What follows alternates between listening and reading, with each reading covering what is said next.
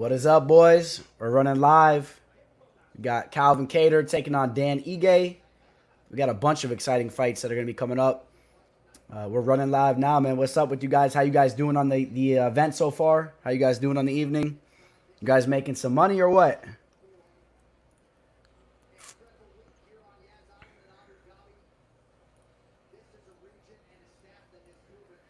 Yeah, so so far we had some upsets, right? How about Lerone Murphy with the upset on Ricardo Ramos? That was a fight that I felt could play out dangerously for Ramos. It was a striking match, and Murphy ended up getting the takedown though, and he did some damage on the ground. How about Jack Shore, man? Jack Shore looked really good. I saw him on some of these books as high as -1,000. That's crazy. I wanted nothing to do with that. I mean, just there's no money to be made there, but he really delivered again, man. He's the real deal, Jack Shore. I'm excited to see him against some higher level opponents. That's a tough outing for Aaron Phillips. Aaron Phillips now in his second stint in the UFC. I don't know if they're going to give him another shot again or how that's going to play out for him. But again, grappled and taken down and dominated. How about Jojua with the upset over Diana Belbita? That was a nice armbar she pulled off. I felt that if she didn't catch that submission, I think that she probably would have lost the decision. I think Diana was going to be in her face for the entire fight, but that was another fight I wanted nothing to do with. Inflated odds on a women's match like that. Two lower level, relatively new in their careers. They're young. I wanted nothing to do with that. Jared Gordon showed up and put a beat down on Chris Fishgold, man. Fishgold missed weight by 5 pounds. He didn't look good. He looked like he was was not in the best shape. It wasn't like those types of situations where the guy misses weight and you think it might help them out, because he still looked small in there. Gordon looked way bigger. He looked in better shape. Once I saw them lock in the cage, it didn't look good for Fishgold. I thought Fishgold had potential to outstrike Gordon on the feet, which I think he was on his way to doing, but it didn't matter. He couldn't keep the fight on the feet, and Gordon threw some nice combinations in there as well, and then would eventually always win the scramble and get in a dominant position. So look good there. And then the Modestas Bukaskis versus Andreas Michailidis. I was disappointed in that, man. I had a 2-unit play on Andreas.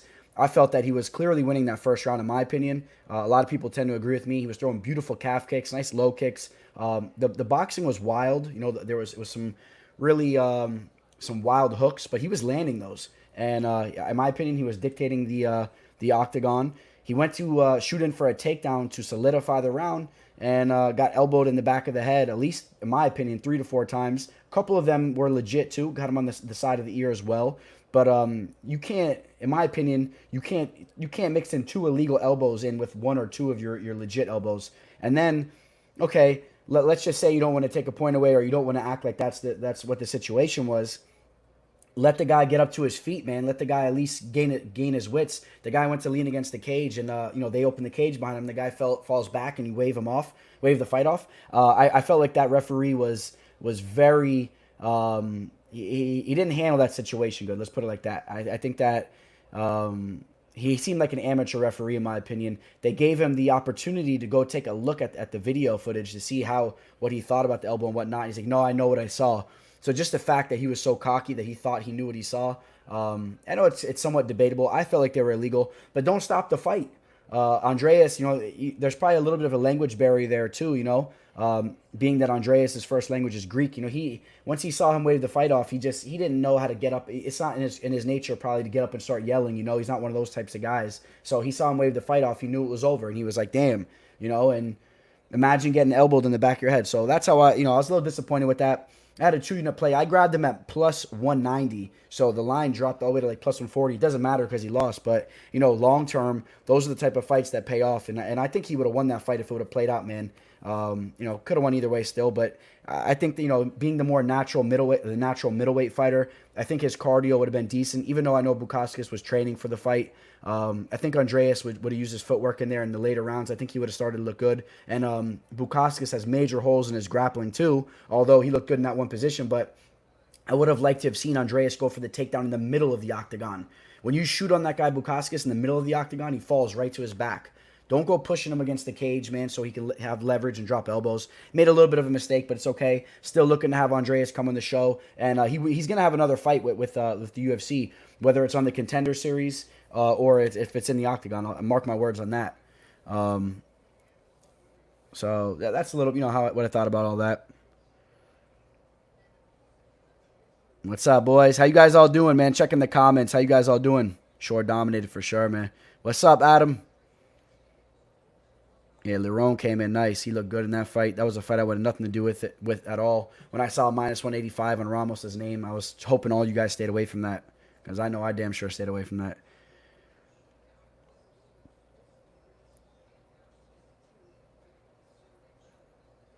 Yeah, initially thought it should have been DQ'd. Either way, just the way he stopped the fight too, man. Like, how do you not? That just showed you that the guy didn't even know what he was looking at. The cage gets open behind him. He went to lean on it. Like, he was so worked up, he wanted to make a call right away. Like, oh, he fell. Just, I don't like that referee, man. I'm going to keep an eye on that guy. I'm not a big fan of what he brought to the table tonight. But I'm telling you, man, Michailidis was winning that first round. Run the tape back. He was winning that first round. Doesn't matter now, though. Doesn't matter, so whatever. But, obviously I was rooting for my, my Greek fella there. But he'll be back.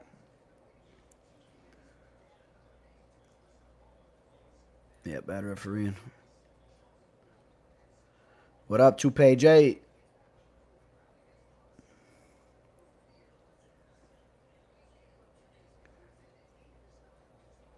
I got 2 more plays in the card, so I had a 2-unit play on Michailidis. I thought there was good value there.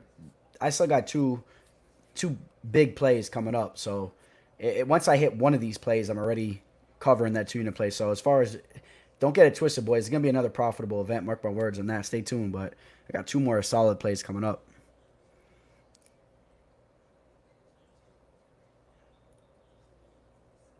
Yeah, Herb Dean would have called it a DQ probably. Herb Dean would have he would have handled that situation so much better. He would have took his time. He would have relaxed in there. He wouldn't have jumped to a decision. That guy looked like he was ready to get in a fight himself. Herb Dean would have took his time. He would have saw that the guy fell and saw that the cage got pulled up behind him. He would have gave him another chance, right? Think about this, guys.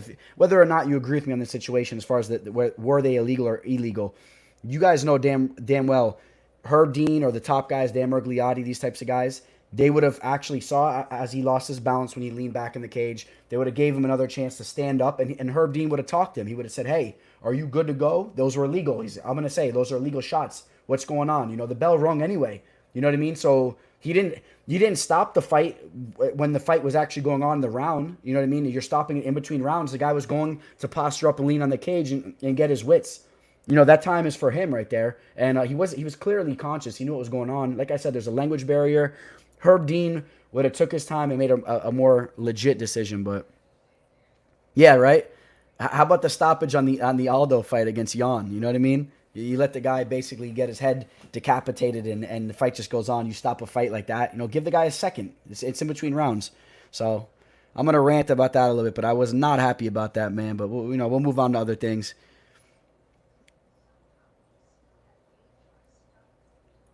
Yeah, I agree, Alex. Definitely a lot of good value on that. I would take that same play again right now. If they were going to be fighting next weekend, I would take that 2-unit play again at plus 190. It almost was going to pay about 3.8 units. That's a steal, but I mean,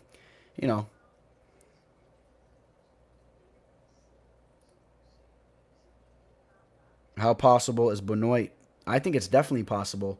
Benoit, we've seen him finish guys in the octagon before, right? Benoit, he has finishing power. We've seen him throw some tricky moves in there, some nice head kicks, and obviously you already know the deal with Timbo. Timbo puts himself in danger at all times, so typically he's been getting subbed as of recently, but half unit on the UFC newcomer Lazez.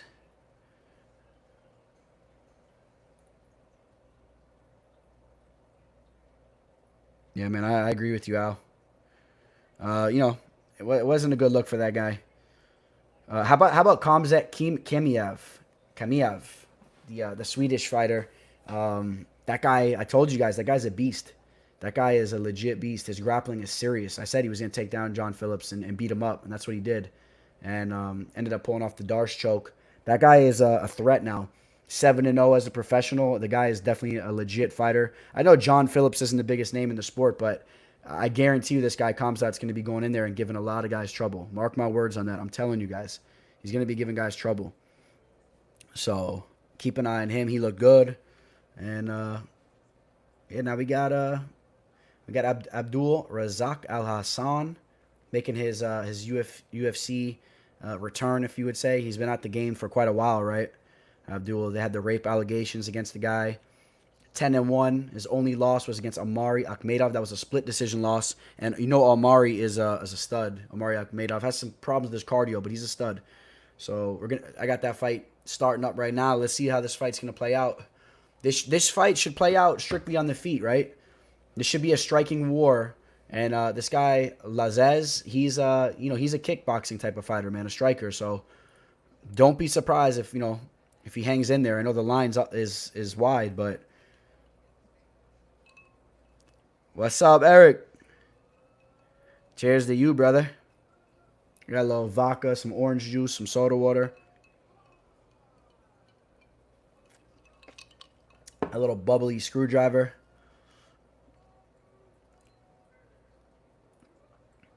That boy Satchwell. I agree, man. I agree. We got to see him get matched up with the grappler down the line. He's been getting a lot of striking matchups, right? If you take a look at his resume, a lot of strikers. Nico Price, Saba Humasi, Charlie Ward, Omari Akhmedov. For the most part, those guys all like to stand on the feet and strike. So,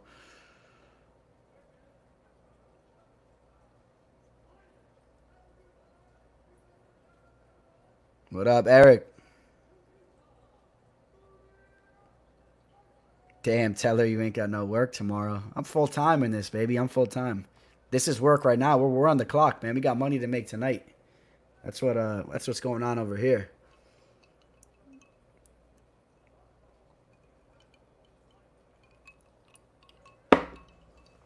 Ooh. Who's taking the UFC newcomer? Let's get some comments going. Is anyone taking the newcomer? Call it now. I'm going to drop the link, man. Anyone that wants to join, we're going to open the show up. There's the link.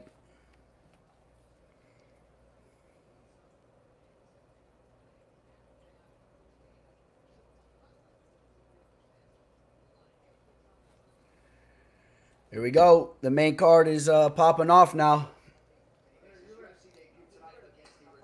Let's see what this guy got. Oh, look at him running out the gates. Okay, Satchwell's taking him by a round 2 knockout.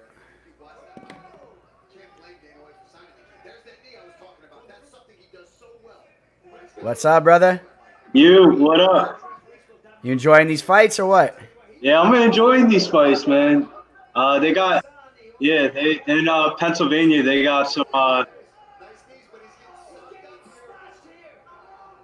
Oh, you watching this? We got some action going on. Yeah, in PA, they got some odd boosts going out for some submission bets. So. Oh yeah. Yeah, that shit's pretty interesting, man. It's crazy. One of my boys were friends with the girl from Georgia or whatever. I didn't even think about throwing money on her, but man, as soon as I was trying to throw the money on the dog, that just clicked. Yeah, that would have been a good one to go in on. She pulled off a beautiful armbar, right? She looked good in that fight. I have a feeling, though, my gut feeling is if she didn't pull off that armbar and they started to get sweaty and whatnot, I think that she was going to be in some trouble. You know what I mean? As that fight started to go on and on. I think, her opponent was going to be getting the takedowns and kind of put in her face the entire fight. But she pulled it off.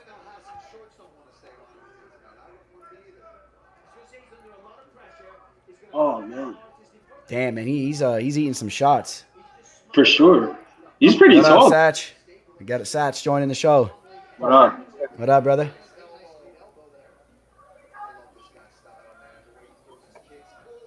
Ooh, nice check, man. All good, dude. All good. This might end up playing out, man. Close now. Throwing some beautiful knees. Woo-hoo. Yo, you need to chill out. Why you keep on calling me?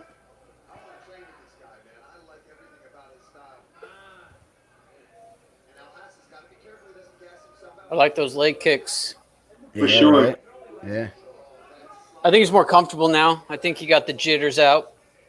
I mean, looking at some of those shots that he just ate, I mean, good luck for Alhassan to finish him at this point because he was How much did letting him have Alhassan it. burn? That's How true much did he too. burn? Yeah. Coming Yeah. off a big layoff, burning all that stuff. And he's muscle bound too, you know? He carries a lot of muscle.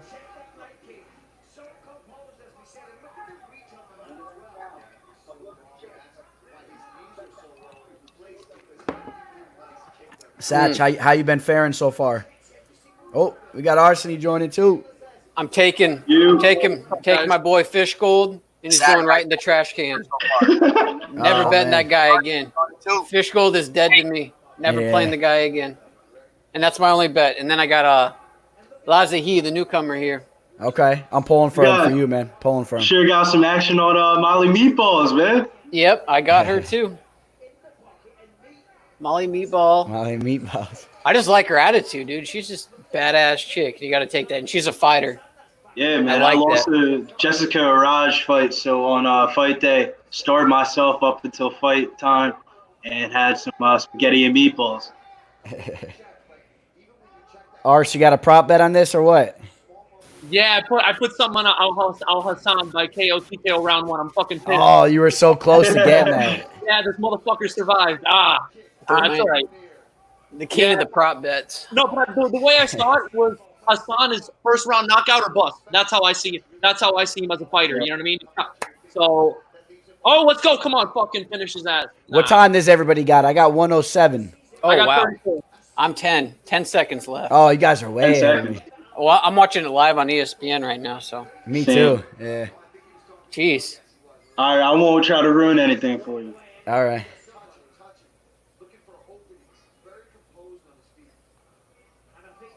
Yeah, I don't know. I think the longer this fight goes on now, it's going to favor the newcomer, man. Yeah, for sure. Yeah. No, I thought this guy, Alhassan's one of those guys. Either round 1 or bust. That's I didn't really expect. If he's not going to win it now, I don't expect it to win him anyway. So it's like I don't really feel bad, not taking him money line because what you like. That's like one you way said, to look at it. Yeah, that's how I see it. You know what I mean? If it's kind of like what I thought about like Masvidal. Like if he wasn't going to win round 1 or like round, most likely round 1, as every round that it goes on, the chances of Masvidal winning just get lower and lower and lower. That actually would have been maybe a good hedge if I did round 1 Hassan and then just money line Waziz. You know what I'm trying to say?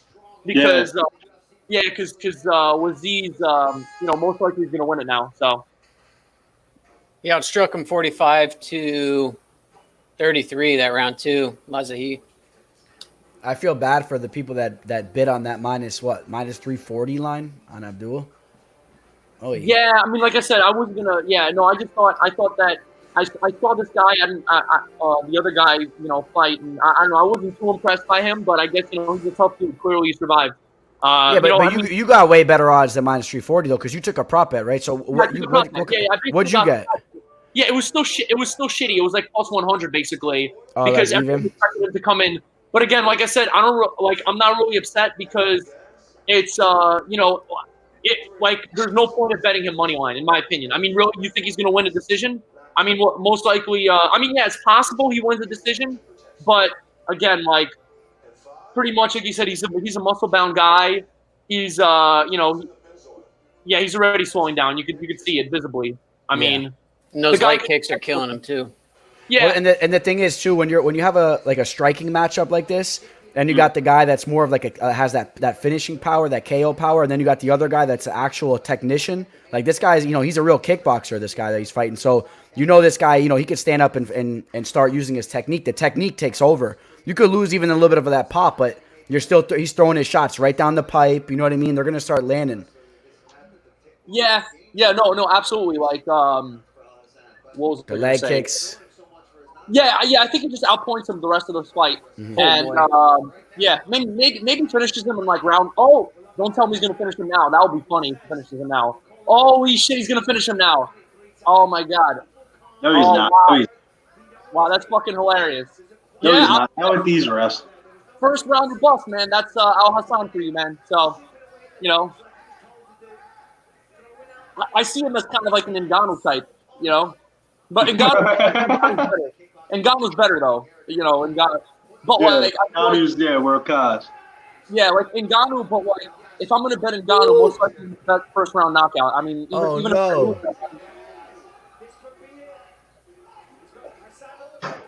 Damn, look at those elbows. This guy's serious, bro. Yeah. Lazaz looking nice. They're brawling. This is a fight of the night if it keeps going. Yeah, it definitely has my vote right now. Yeah. I don't know. I thought the Fishgold fight was pretty good. Yeah? Yeah, it was pretty interesting, actually. With the whole Paul Felder situation. Yeah, until he just got beat the crap out of him in the third round. He got beat up bad, man. Bad weight cut, comes in overweight. Yeah. And then when he took his shots, oh my goodness, he was tired taking shots, and they weren't even good shots, and he didn't even wrestle. Like, he shot and just like stayed still, and that's a big wrestling no. Just stayed on his knees and just got his bat taken every time. I don't blame you though. I was looking at Fishgold as a dog, but then I was just like, I don't want to have another Jessica Raj situation. So yeah, Fishgold's just I'm down with him. What's up, everybody on Instagram? We're live on YouTube right now. Just letting you guys all know. Wanted to pop off a live video for you guys. We're doing a fight companion show. We got a nice card tonight. We got the main event, Calvin Kattar taking on Dan Ige. We got a couple other spicy fights too, so come check us out. We got the panel. We got Satch. We got Billy. Arseny. Arseny's looking for that finish right now. You can see it in his eyes. No. I don't. No. Come check us out. Yeah, no. I kind of. I feel like looking back, I feel like a good play would have been Alhassan maybe by decision and no. I'm saying Alhassan by knockout. It was these by decision. I think that would have been a good. In retrospect, I think that might have been a decent play. I think there's gonna be a lot of decisions on this main card, honestly. What's up? Ooh. I think there's gonna be a lot of decisions on this main card. Man, this fight's great right now, man. I love those stepping elbows that Lazaz is throwing. Yeah, I've been so impressed with his striking tonight. Yeah. Especially he just weathered the storm in the first 3 minutes, and I was just like, oh man, UFC newcomer. This guy just throws bombs. This is going to be a close. He's going to get dropped. He survived that, and I felt like he won the last 2 minutes. And this whole second round's just been like him. He's just been piecing him up. He's going for takedowns. He's always staying active. Alhassan's coming in. He's just throwing that just those hooks, just looking for the kill. But I think Lazahi just looking really, really good. Yeah, that line was definitely off. Yeah. Mm-hmm. And you know what? I feel like that happens sometimes when you got guys like Alhassan, because he's a killer. People are intimidated by him, and he'll go out there and he'll start you. So sometimes guys like that, man, the line gets a little inflated too. You know what I think it is, though? I think the people that have cool highlight tapes for the Wednesday night fight cards and stuff like that, they try to get people to throw little parlays on them and stuff like that.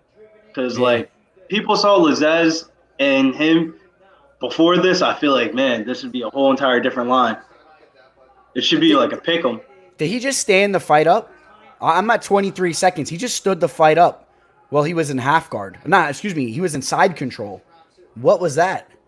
Joe Rogan would have been just completely going off right now. Everyone knows that. Dude, is this the same guy that stopped the fight too? That's the guy that was reffing the Michailidis fight, no? That is the same guy. Yeah. Was it the bald guy? Yeah, that's the bald guy. That guy is horrible, bro. Dude, that guy is horrible.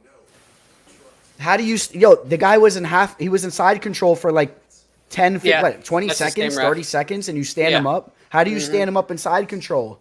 The round was about to end anyway. That's horrible. Dude, imagine if he was reffing the Jared Gordon versus Chris Fishgold fight. He would have stood that fight up immediately then because... From back control? Well, not in that part. Maybe, who knows, though? Who knows? But remember in the beginning when Fishgold was sitting in his guard, he had him wrapped up that entire first round. This guy would have stood them up in seconds.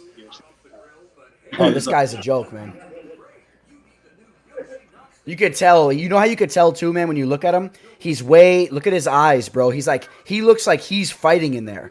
That you shouldn't be like that. If you're a referee, you should be so comfortable watching these fights. You should know what I mean? It should be picture like you're just watching some guys fight, or like picture if you're at the gym and you're watching your boy spar. You know, take it easy, calm down, watch what's going on, actually see what's going on with the guys. Dude, look at this referee, bro. He's like this. He's like ready to fucking fight, you know? He's all spazzing out. Kind of has like the head movement thing going too, like he's in there. Yeah, he's dipping and dodging. I did not like that stand-up at all.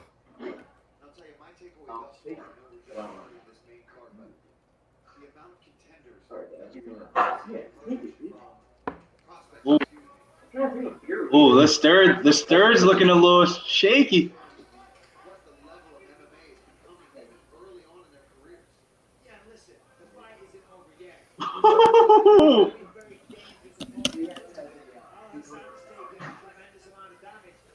Wow.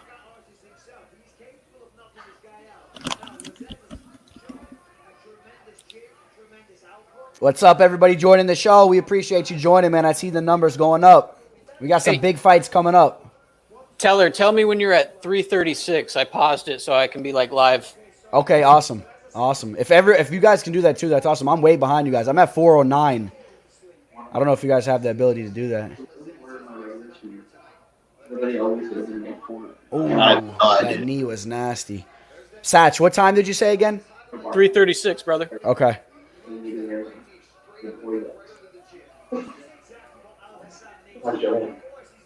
I'm at 348. I'm coming down 346, coming down you. 343, 342, 41, 340, 39, 38, 38, 37, 36. All right, solid. Cool, man. Damn, look at Alhassan digging deep, getting a little takedown there. I did not see him doing this, going to the ground or trying to engage in the grappling, but that shows him that he's like, I don't know if he's not comfortable standing with them anymore, or he just wants to try to win around here. I'm just trying to understand, he's down, right? He's down 2 rounds. Ooh. This could be a good one, man, today.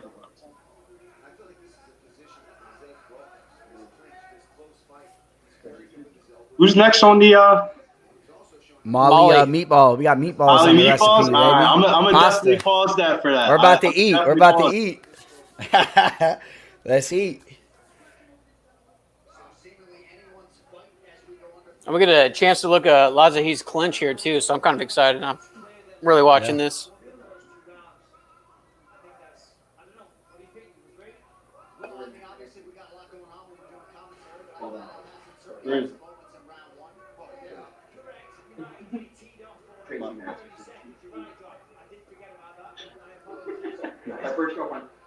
Wow, gets a takedown. Alhassan going for the guillotine. I got right now in front of me. Yeah, it's not gonna lie, I was nervous when he landed that elbow. He was just gonna pop off on that guy too. Yeah. Same ref. Yeah, right. Anything goes. Hey, you know what's crazy? You got to think about stuff like that though. You know, like fighter IQ, right? Like if you're really looking at stuff into like, you know, heavy detail. If I'm his coach, you know, I'm saying, hey, you know, this guy, you know, he's really not seeing that. Whatever. If you're against the cage, drop elbows like crazy. You know what I mean? Like this referee doesn't look like the type of referee that's going to be trying to like look at that situation like they're illegal shots. All the little minor details, they matter, man. A guy like GSP is always looking into all that stuff. The guys with the high fighter IQ.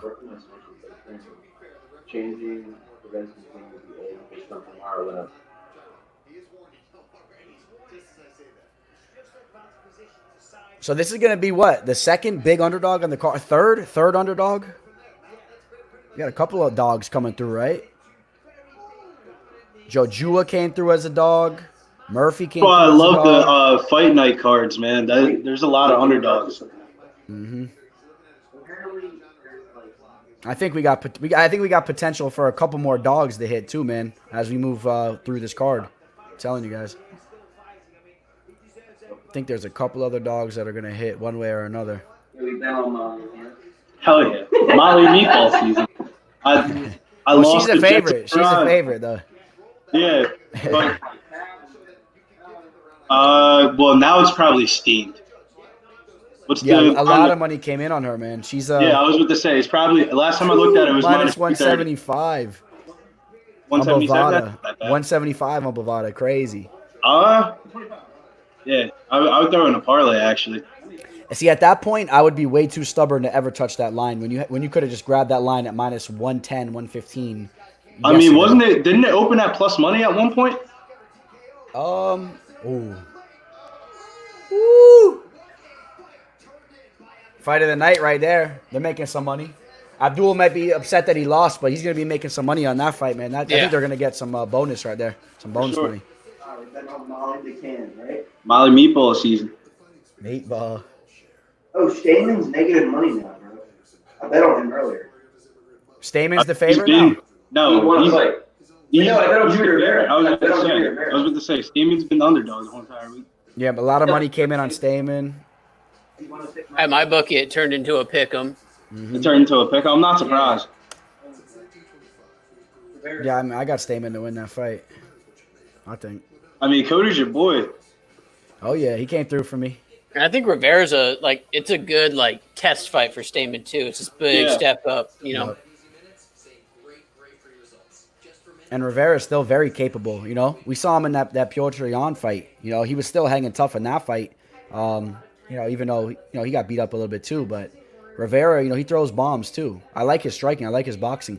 I love Cody Stamann's head movement, man. It's so fluid. His head movement's so nice. His grappling's underrated. He's strong. He's stout. You know what I mean? It's hard. You can't get in on his legs. And then he boxes you, man. He gets on the inside, switches stance. You know, I love the way he switches stances too. Solid fighter. I like Ryan Benoit too, man. Ryan Benoit as a dog against Tim Elliott. I like Benoit in that situation where the line's at. Yo, at least. Tim Elliott and Gina are there for a vacation. Tim Elliott is not there to be fighting. I know. They both just lost those fights, right? Together. Yeah. It was like what do you call it? Like it reminded me of what's that old tale where they both drank the juice together. They took themselves out. What is it? Romeo and Juliet, right?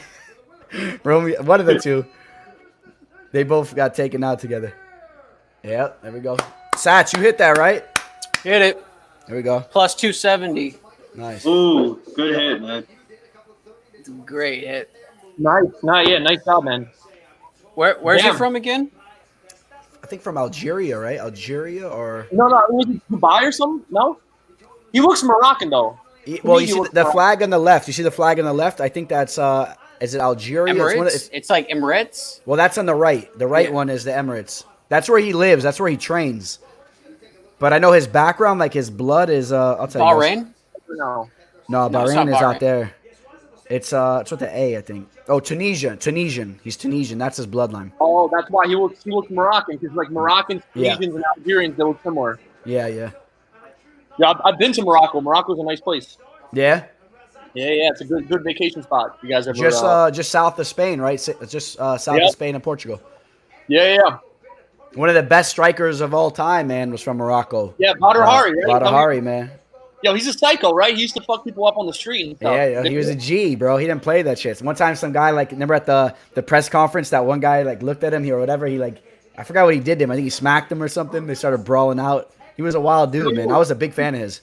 Didn't Badr Hari, did he finish Alistair Overeem or beat him by decision in K1? Well, they fought multiple times. I forget exactly. They fought a couple times, I think. So, Yo, I was impressed because I remember watching a fight. I think he finished Overeem. This was when Overeem was juiced to the gills when he was like to Ubereem, and obviously Badr Hari is a big dude, but Overeem just he's thick.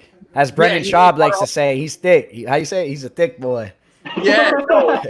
Oh, we got Dave joining the show. What up, Dave? What's going on? Chilling. You. We got the show filling up. We still got some more spots, man. If anybody wants to join the show, comment below. Are you still upset, Tyler? Nah, I'm all good. We talked about the Andreas fight. Everyone, they know what's up. What is the StreamYard limit, by the way? Now it's 8. I could put 8 people. Yeah. That's what's up, because I was doing a fantasy football podcast earlier, and we were doing Family Feud. Yeah, I saw that. Yeah. Let people know. Where can they find you on there? At Getting Bills on Twitter. And then Fantasy Forecasters also on Twitter. That's what's up, man. Yeah, fantasy football season starting up, man. Yeah. This guy right here under me, he's in my league. We got a fantasy football league. We got 10 of us. What do you guys do? I was the winner of my season, and I got proof. He's right under me, so I'm not just over here talking smoke, man. I was the winner of this season, and I was the winner the first time I ever played fantasy football back in 2009. First time I ever played, and I won that season too. So 2-time winner over the last 10 years. Who'd you have last year? Last year I had Derrick Henry. I'll tell you what, Derrick Henry put up a lot of points for me. Who the hell was my quarterback again? I had Lamar. No, I wish I had Lamar. Actually, quarterback was my weak spot, but I had a lot. You know what? I went very heavy on the running backs, man. I got a lot of points from my running backs. Yeah. My memory's slipping me right now. I can't remember my team last year. Dave, you remember any of your team? I can't remember my team right now. I had Barkley. Oh, you had Saquon, yeah. Oh, who was my first round pick? Oh, you know who I drafted with the first round, bro? I drafted the guy from you know who killed it for me, bro? Drake. Kenyon Drake. Yeah, Kenyon Drake. Bro, I picked him up off waivers. He was a Dolphin too, you know. I picked him up. He actually helped me win my season.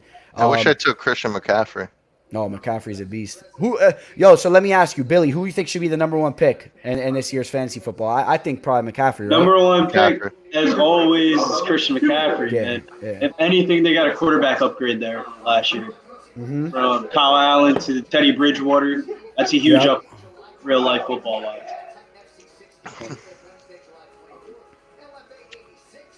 Let's get it. Molly meatball season.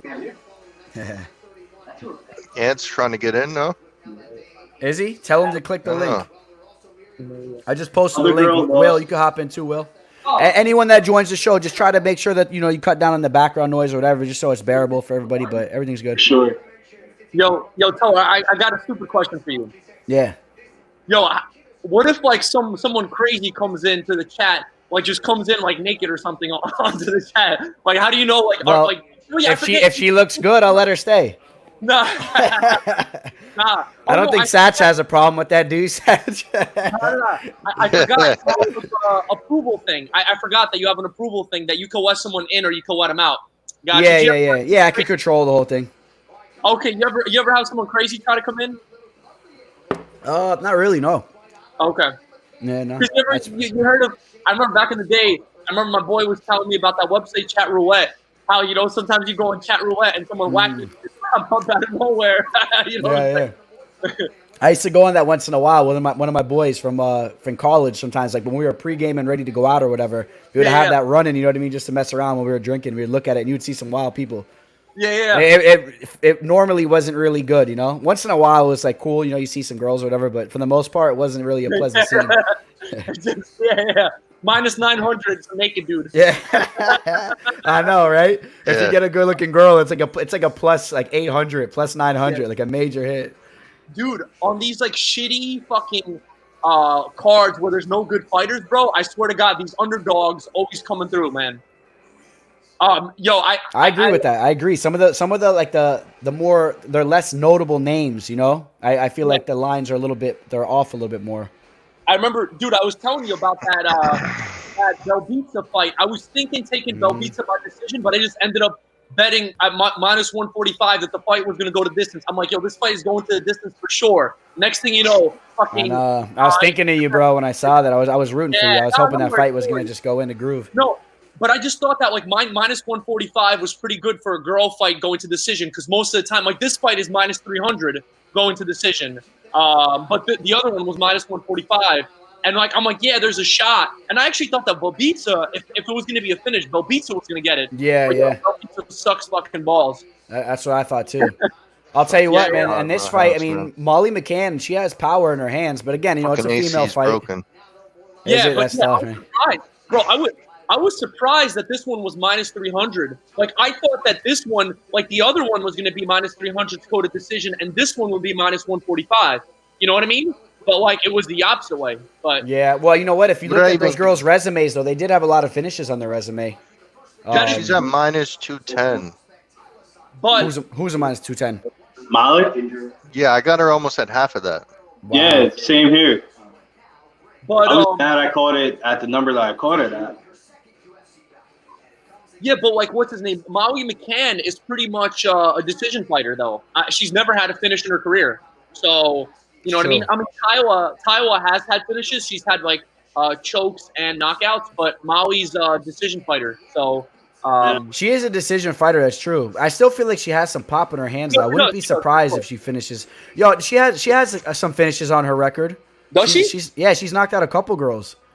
Was it like really early in her career? Well, and some of them are more towards the middle too, though. Like she's finished 1, 2, 3, 4. Four of her 10 wins. She's finished with her hands. She has pop, bro. I'm telling you, she has some pop. Let me check it out. Oh yeah, I do see that. My bad. I missed. Okay, so it was her first fight, then her fourth fight, fifth fight, and then like sixth fight. But so far, it's been. Oh, look at Will Salinas coming in with the fresh fade. Yo. What up, Will? What's up, Bobby? Hey, boy. How you doing, Will? How's the night going for you? Let us know how the night's going for you. What plays you hitting over there?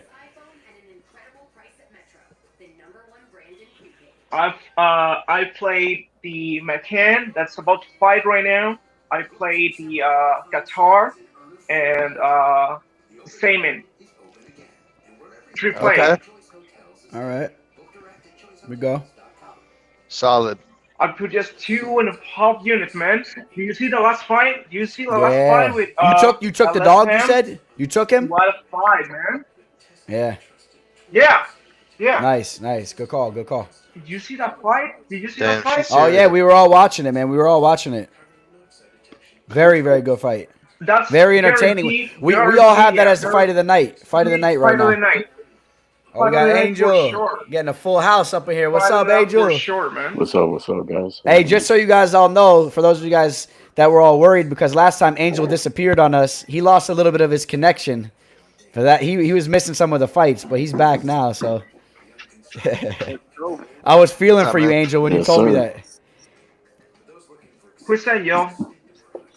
Did any of you guys see Conor McGregor's watch? I don't know if did any of you guys see that? He posted it.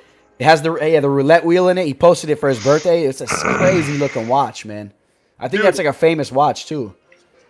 Yo, I was just thinking about Conor the other day. So I saw Marcus. I was looking at Jimmy Rivera's record, and I think he beat Marcus Brimage, right? And I remember Marcus Brimage was Conor's first fight. Yeah. And talking about going in two different directions. I met Marcus Brimage. What's up? I met Marcus Brimage at a local fight. Dude, he's small as shit, bro. He's small, bro. He trained at Top Team down over here by me. He's little, bro. He's fighting at like bare knuckle, and Conor's worth $100 million. Isn't that crazy? Yeah. I know. Right? And you know what? Brimage had some promise too coming off the Ultimate Fighter show. He was a tough dude, but obviously not in the same level as Conor. But he was a tough dude. He trained at American Top Team. He was quick, but McGregor finished him. You know what's crazy, bro? That Conor McGregor fight against Brimage, I watched that live. I believe it was an early, if you guys remember, it was a fight card that took place earlier because it was over in Europe. And I was sitting there eating lunch with my brother. I said, you got to watch this guy, bro. This guy's from Ireland. I said, I've been watching this guy for a long time. I've been watching his highlights.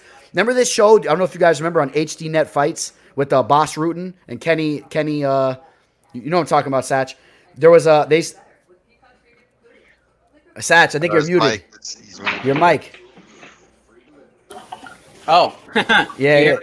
It was an AXS TV, but it switched. I know what you're talking about, yeah. And what was the name of that show? Was it Inside MMA? Inside MMA. Inside MMA. Dude, I was watching Conor McGregor because remember they would always show all the regional scene, all the highlights, and they would always show Conor McGregor. So I'm like, bro, I can't wait to watch this guy come to the UFC. You would see him pulling the Matrix moves, man, dipping and just hitting guys to the left. And then when he made his UFC debut, man, I was so excited to watch him fight. And then, you guys know the rest is history, but that's how I found out about like Pride and everything, because they always showed like Pride reruns and everything. Here we go. I got Buffer making the announcements right now. We got Molly Meatball. If you look at Santos's history, she's only fought 4 people with a winning record. I know. I definitely was looking into that. She fought at least 5 people that only had one fight, and it was either a loss or a win, or they were making their debut in MMA. Yeah. Hopefully Molly can pull this one out, man.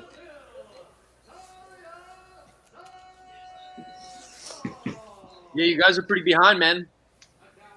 Hey, Arseny, you can't pause it, could you? Don't give us any spoilers if you could. Try to keep a poker face. Bro, flying knee knockout, first second. Oh, no. I hope Molly just goes out there and Nate Diaz, dude. Just flips her off instead of touch gloves. Yeah, no, She does it. Honey? Oh, does shit. that.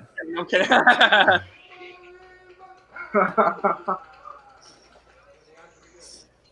Yeah, Molly McCann is a tough-looking chick, right? She's rugged. I never seen that. Is that a ref dude too? Rich, whatever. I don't think I've ever. You know what? It might have been him because he looks just like that other referee. They both got the bald head going. But the one guy has like the chin strap. This guy's clean shaven and younger looking.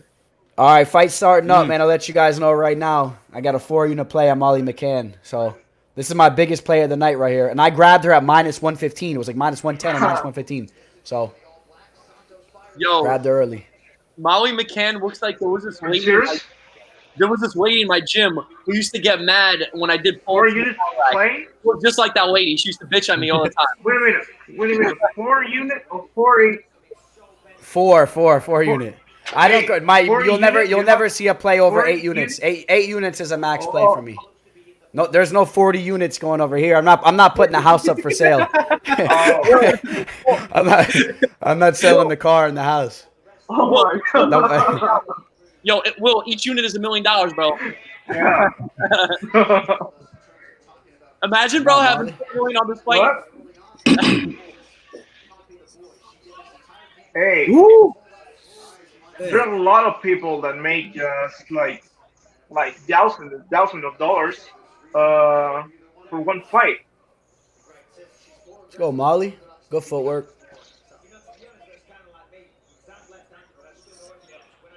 Woo! Fights. Well, boxing is good, man, for the division. You know, she's hitting her with those shots when she's coming in. She's tagging her. Santos is a little bit taller than I thought. Well, Molly McCann, she's on the short side. Boom, boom. Let's go, baby. Fuck up. Was she pulling her hair? Yeah. She grabbed the side of her head. Yeah, it was she's trying to do that Piotr Jan. You remember Piotr Jan against John Dodson? Pulling his little afro, bro. He was roughing him up. Dodson did not like that. Oh. Oh, remember? Hair control, number 1. God. Hair control, baby, in a street fight. Dude. Oh. Dave, what time do you got? The first guy that had the hair control. Ooh, she's landing, baby. 220. Oh, you're way ahead of me. Damn. Yeah. You know where you need to be to watch it. I got 211 Yeah. to 10. That's all good. I'm watching it on the UFC Fight Pass right now.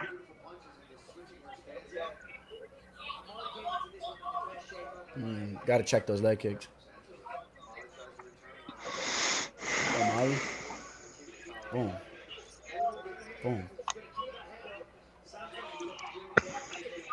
Boom. Hey, boy. Let's go, baby. When she's using the footwork, man, and she's stepping in, she's landing. She needs to keep moving. If her gas tank can hold up. Oh, Keep circling around, letting the hands go. Why is Molly trying to wrestle her? What the hell is that about? Come on. Yo, I didn't want to tell you guys this. Oh, she's bleeding. I didn't want to tell you guys this, but I actually had money on Santos. I love you guys too much, so I didn't want you guys to hate me. Yeah? Well, now we know. I know. I don't know. I mean, I watched a lot. Wasn't that hard? You just had to confess. Yeah, no, because I love you guys too much, so I don't want, I know. Oh, it don't matter. Oh, yeah. takedown.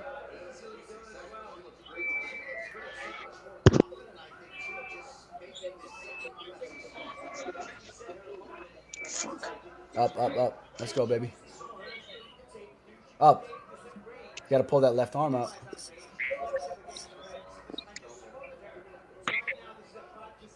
Nah, don't give your back up getting up. Up. There we go, baby. Yo, what Santos is leaking bad, though, right? Over her left eyebrow? Yeah. I was going to ask you when you get to the end, Come on, how you baby. felt about the Let's first go. round. Drop some bombs on her now. Off the clinch. What'd you say, Bill? I was gonna ask you when you get there, how you feel about the first round? Like, how would you grade Okay. that? Oh, you guys are all the way ahead, huh? Nah, No, not yet. I'm at 50 seconds.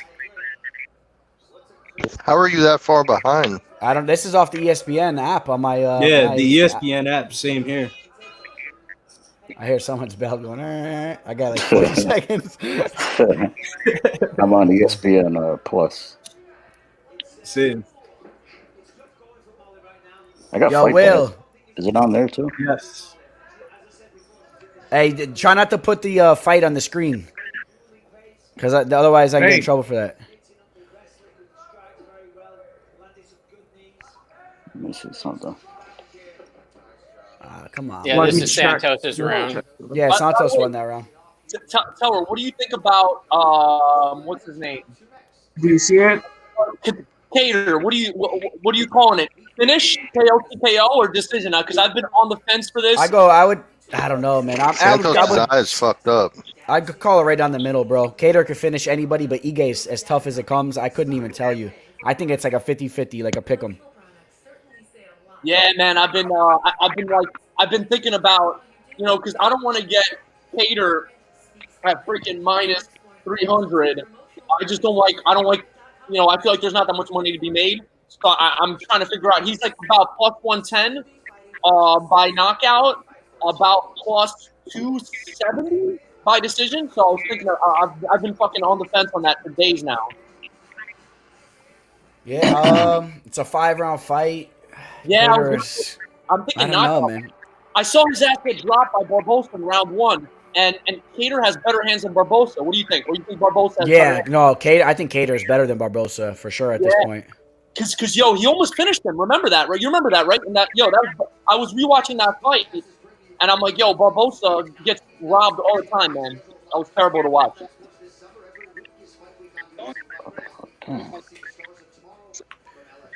Nah, Santos' eye is definitely a little bit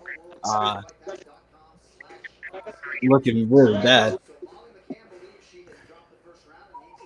I was impressed with Santos's clinch game there. She seemed to have real control of the clinch. Will, whenever you're not talking, if you could, I think there's a little bit of background. If you could just mute it, and then when you talk, unmute it. I think it's coming from you.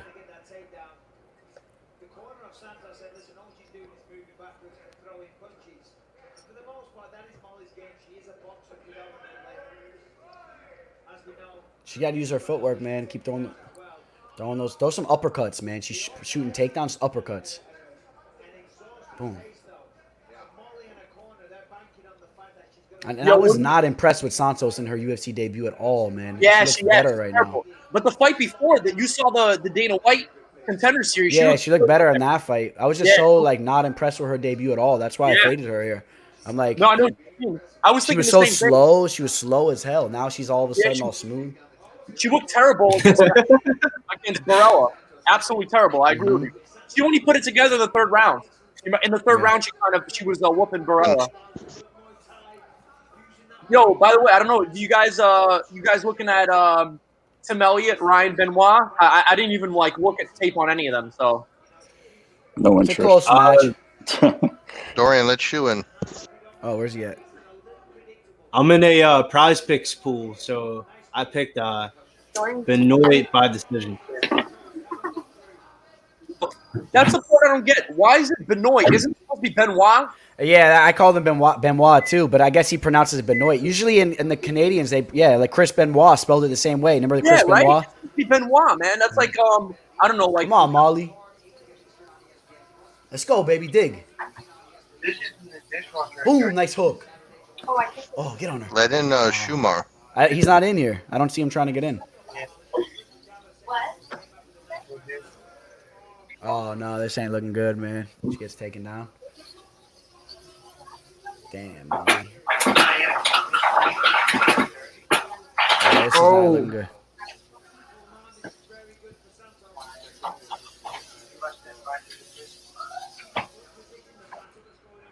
Oh, I see him. Hold on. What up, Shu? Never like to see the full mount.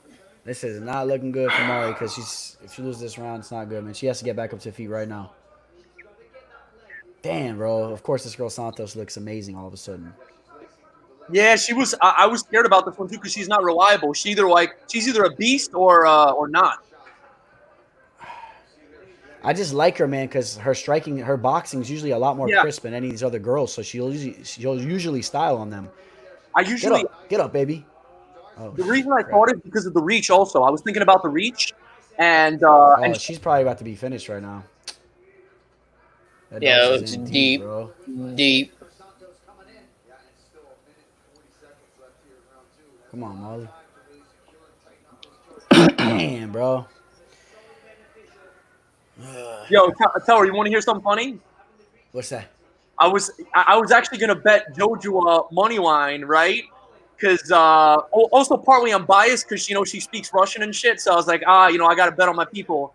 But but I was like, nah, Belbita is gonna take it. But just to be safe, I'm just gonna do like just bet that it goes to decision. And of course, I should have stuck with my original thought. I thought she was bigger because I thought also she was coming down to 125, so she had more muscle. You know what I mean? I saw her weight training and shit. Belbita looks skinny. I feel like, but yeah, I mean that's just a side note. But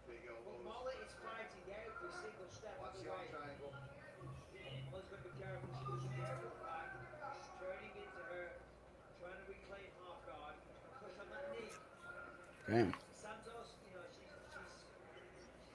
Yeah, I think Molly McCann's gonna need a finish going into the third, and good luck with that. Yeah, Damn. this might go the distance. All these dogs, man, coming through in this card. yeah, I was gonna bet actually Santos by decision, but I'm like, I don't know, man. Santos is Shumar? Kattar went going down on? to a minus 270 now. Did he? Yo, Igue's a tough dude. Like with his grappling and his submissions and stuff. But I don't know, man. Kattar, he's like Teller, like you said, he's like the Matrix, man. Sometimes I'm not impressed by him. Like it looks like I don't know if he's taking rounds off or he's just a slow starter. But then sometimes he just sees the opportunity and he just freaking capitalizes on it, man. It's crazy. Watch No, Kattar. he's good. His body shots are nasty. Mm-hmm. My buddy's unfortunate because he has to train with them, and they use big ass gloves. They use like boxing gloves in there. Dude, it's hard. That's what he was talking about, man. He was saying like his boxing, like a lot of these MMA guys, they work on their boxing with other MMA guys and stuff. He trains with Randy Costa. He trains with Randy Costa also. Randy Costa's a beast. I know Costa comes down here by me. He's down in Fort Lauderdale, like 20. Yeah, he's in Florida now. Yeah, but for a while he was in Boston with Rob Font and all those guys too. And they all trained in Lausanne school.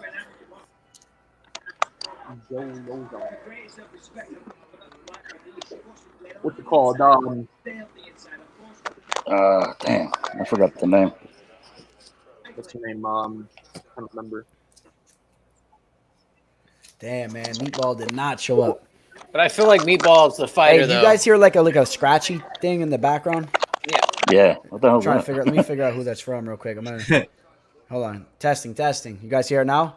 Yeah, I can I hear. think we got the culprit, Billy. We caught you. I don't know what I'm doing. Billy, hold on. Let's see it. Maybe it's not you. Let's see him. Is it away? I think it's still away now.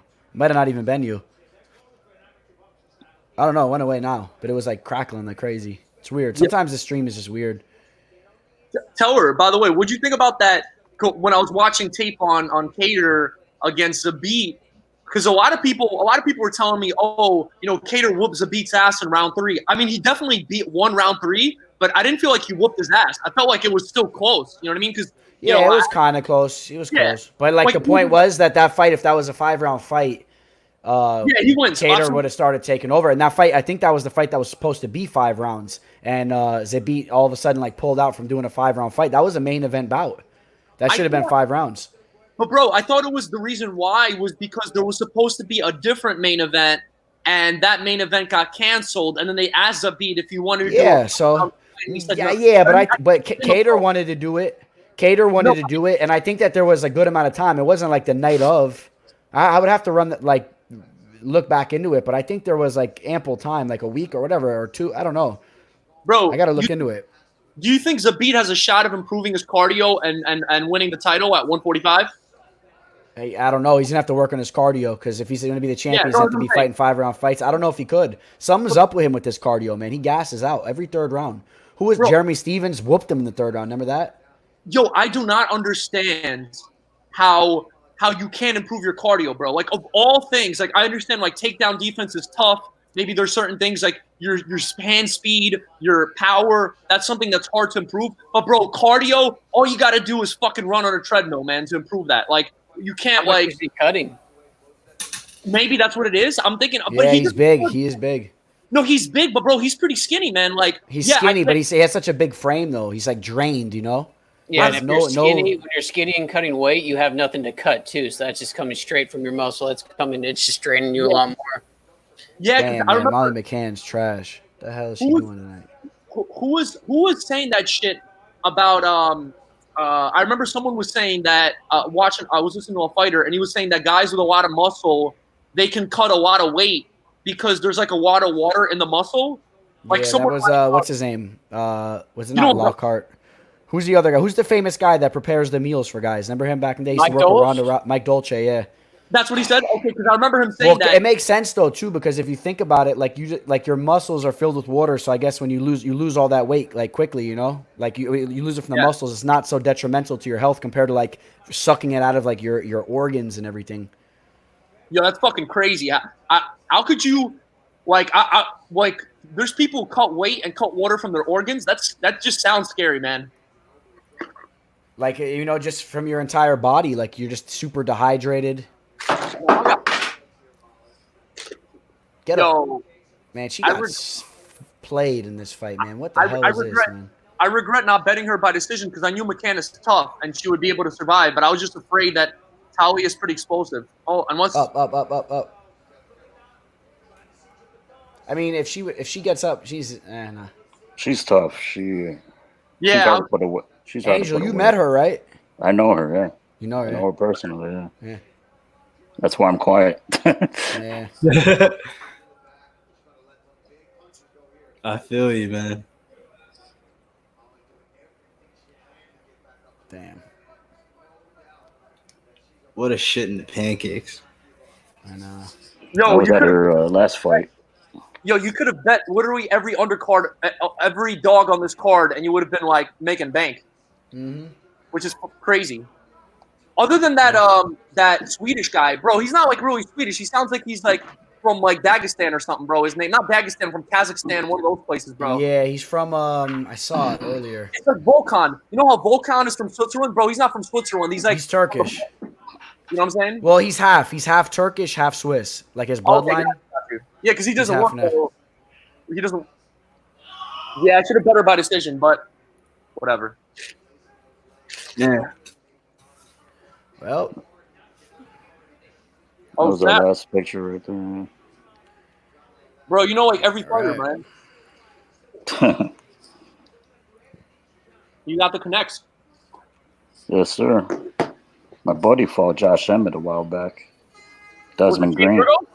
Desmond Green, he beat. No, I'm kidding. Well, Molly's falling out of the top 15, so. Yeah, that was a big L for her, man. So you kind of got to put this girl in the top 15 now, right? I would say so. I got to pull up the rankings, but I mean, that was a big win. She was coming off a loss, right? Yes, to Mara. Yeah, so she's only 1-1 in the UFC, but it's not, it's not saying much, right, to be in the top 15 of this division, really. So it's possible. Yeah, bro, 125 got no one, man. Mm-hmm.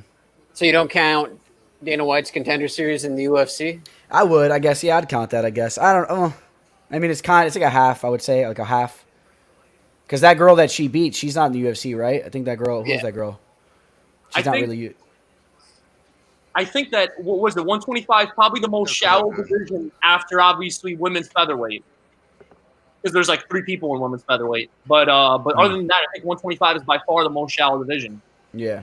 And then I would say, strawweight, right? Strawweight's the most stacked, probably. Strawweight or bantamweight.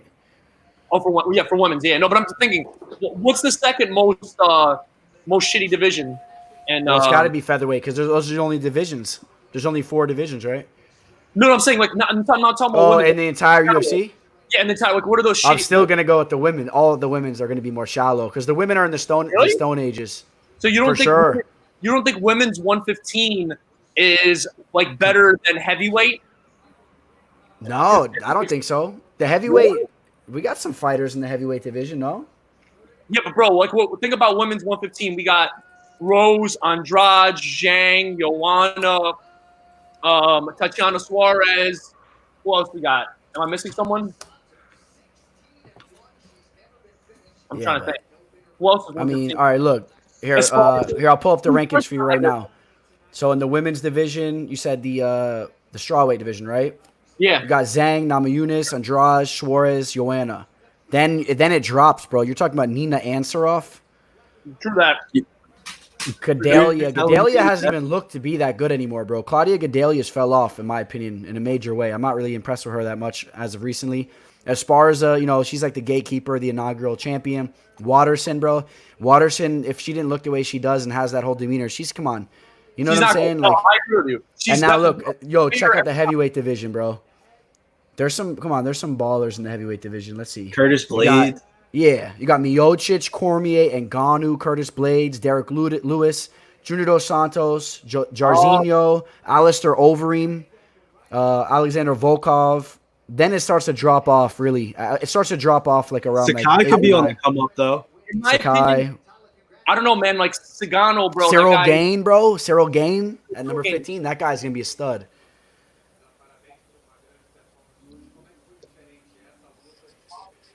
All right, I know a lot of people lost some money on that Molly, no?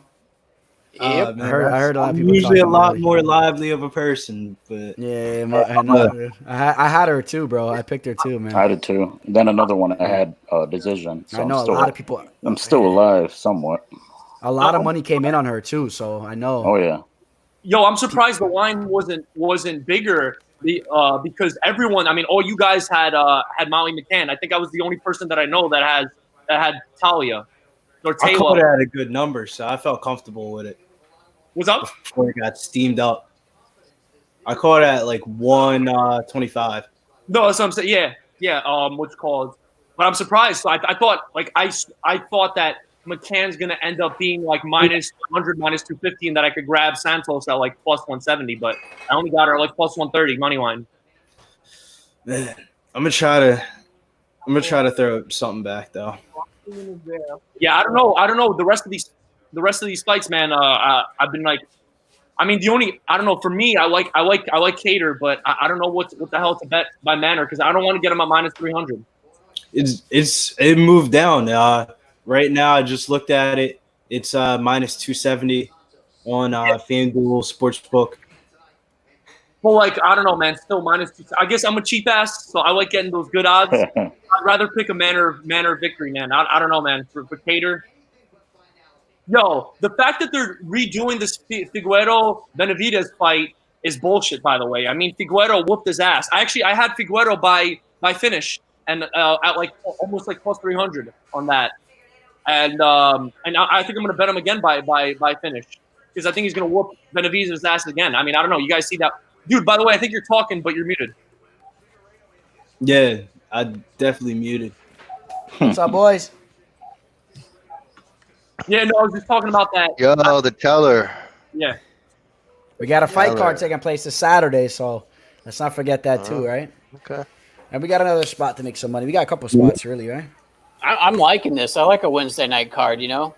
It doesn't have to be the best card, but, you know, if you just throw some, like, people that can fight, like, that are always, like, down to throw. I like it, though. Yeah, I like it too, man. I'm always into the up-and-comers, too, so, you know, a lot of these guys can end up making a name for themselves down the line.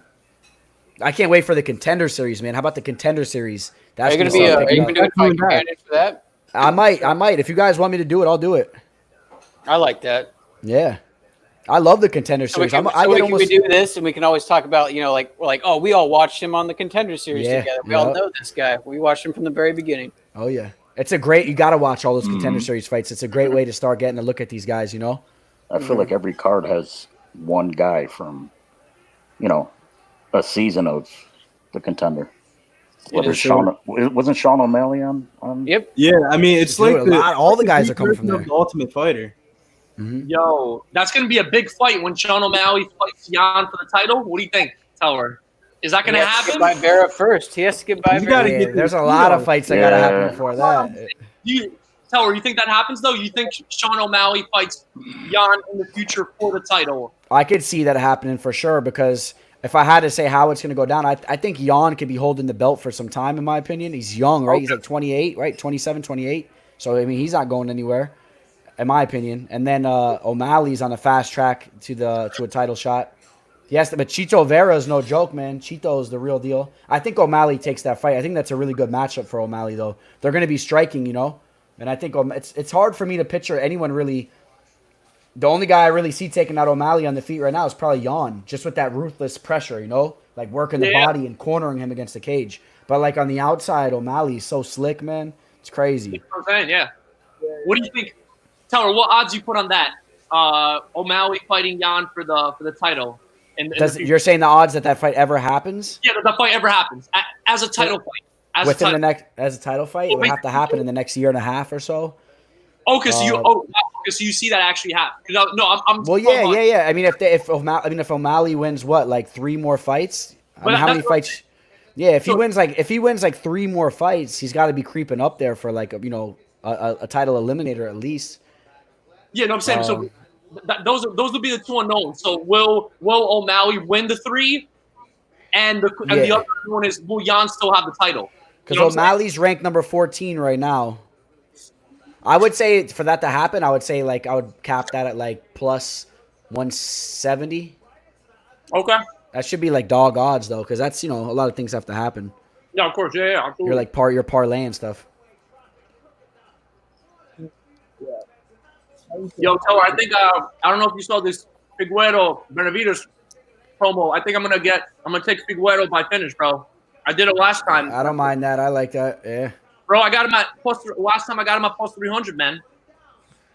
For the finish, huh? Yeah, for any finish, submission or knockout. So I was actually a little pissed that he didn't get in round 1 with a submission, but then afterwards he was just like Benavidez was just striking was looking like garbage, and Figueroa was just looking like he was fighting in the Matrix, man. Yeah. The only thing Figueroa didn't do was steal Benavidez' girlfriend after. Okay. What do you guys think? You guys like Megan O'Leary? Hold on, let me fix my video. Sure. Oh, Will. Yeah, I want Will's opinion on this one, man. Yeah, Will. Go ahead, Will. You gotta go to ranking, bro. Best UFC related girls, bro. So like fighters, ring girls, interviewers, all of them. Swanko. Top 10. I like Swanko a lot. Shevchenko? No, Swanko. What's her name? Laura Sanko? Oh, Sanko. Laura Sanko, bro. I call her Auntie Sanko. I'm trying to get her on the show. I messaged her a couple times. I call her Auntie Sanko. If Dana's Uncle Dana, she's Auntie Sanko. Fun fact, my high school wrestling coach fought Jimmy Rivera back in Bellator. Oh, shit. Who's that? That's Jesse crazy. Brock. Jesse Brock. And professional? It was a professional fight or an amateur fight? Professional. All right, let's pull him up. Yeah, my wrestling coach, he was training partners with Scott Jorgensen back in Boise, Idaho, my hometown. Jorgensen, baby. WEC days. Oh, yeah. Yeah.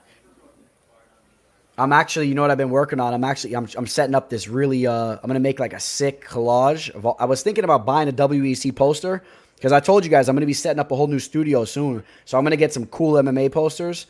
I got to have a WEC poster, you know what I mean, in the studio.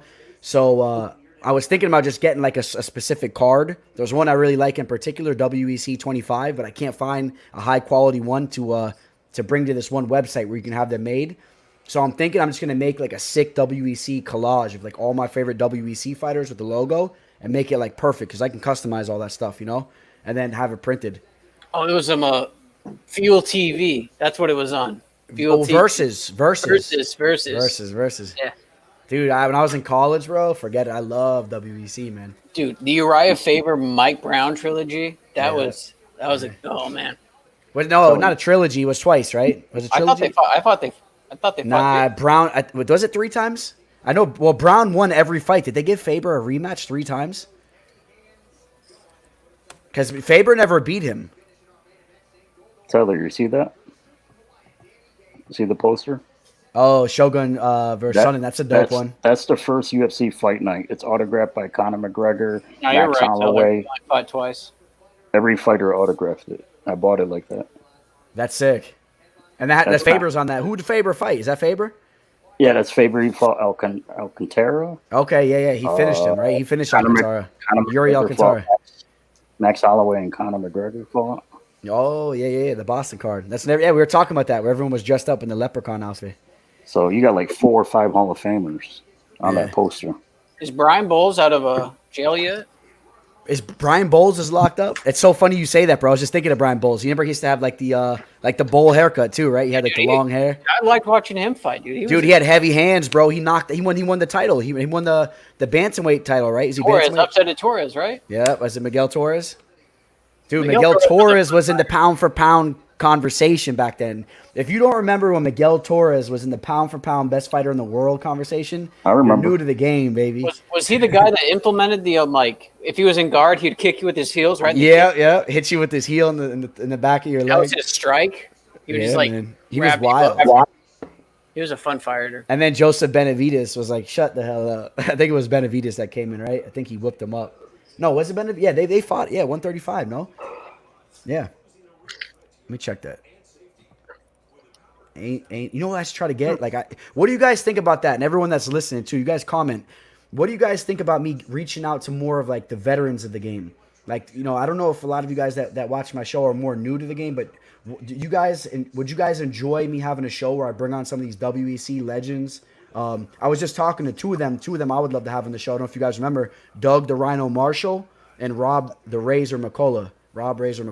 Those were my 2 WEC fighters. I just messaged both of them too. But is anyone into seeing those types of guys in the show, or a lot of you guys don't even know who they are?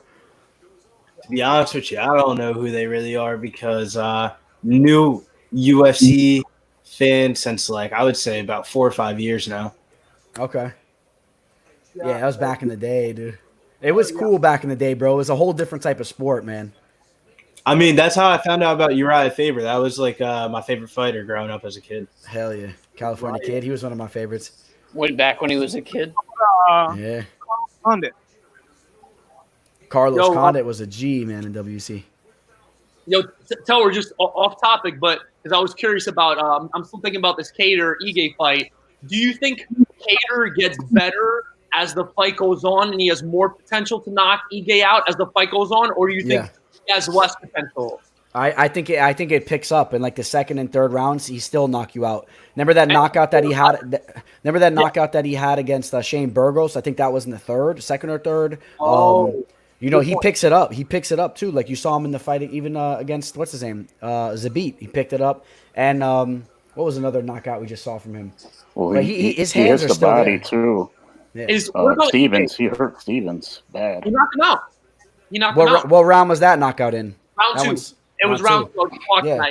Yeah, he has that boxing type of style, bro, where, like, think about it. In boxing, you don't go out there to knock out your opponent in the first round. You go out there to throw hands for a while, a couple rounds to feel each other out. And then I think Kattar can knock anybody out in the second, third round, fourth round easily. He's super accurate, bro. He doesn't lose his power. And almost 6 punches per minute, too. It's pretty good takedown defense, too, I think. Kattar has pretty good takedown defense, too, right?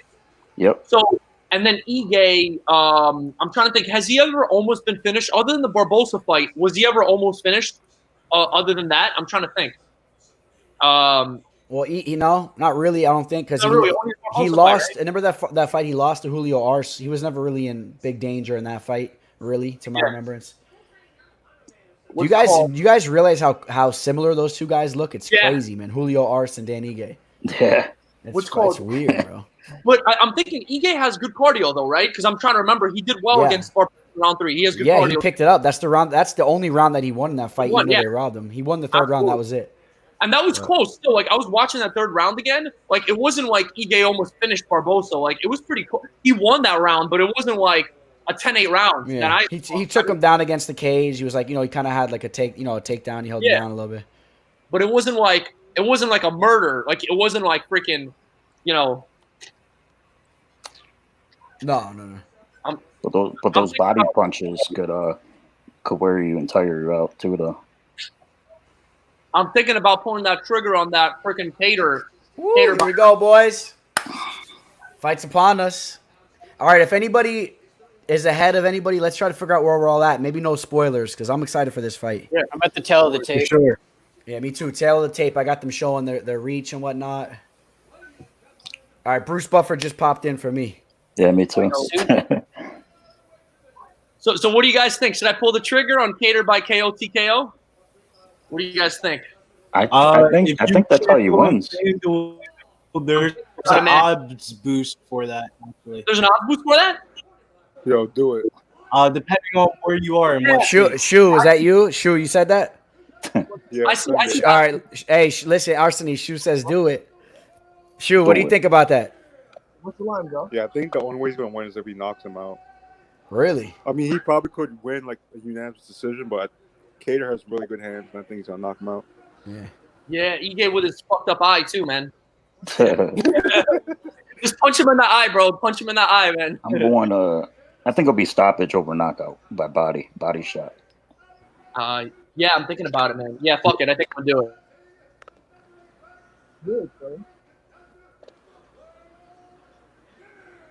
Let's see if Jimmy Rivera's chin is ready to go. You think this fight goes the distance right here? Yeah. They're both tough, so. Yeah, they are both pretty tough. I wouldn't be shocked if we see a stoppage, though. I wouldn't be shocked if a Stamann, because Rivera, remember Marias knocked out Stamann? I mean, sorry, Marias knocked out Rivera. But Yo, Marias, man, he was such a savage. He knocked out Aljamain, he knocked out Rivera, head and then kicks. he dropped the ball against Cejudo, and now Aldo beat him by decision, which, you know, he basically beat him by decision. So I got 453. Promotion, desire to win. You know, it's a tremendous matchup. Yo, those cupping things look so weird, right? On the fighter's backs. Yeah, it's for soreness. It's when fighters are sore. It's so wacky, man. It's like, I don't know. What's his name? Michael Phelps used to do that. All those swimmers. I think I was reading like that might be some like bullshit. Like I don't know if it actually does anything. Yeah, it's not really proven. Yeah. Oh. Damn. Come on, Stamann. Like Dick Stamann.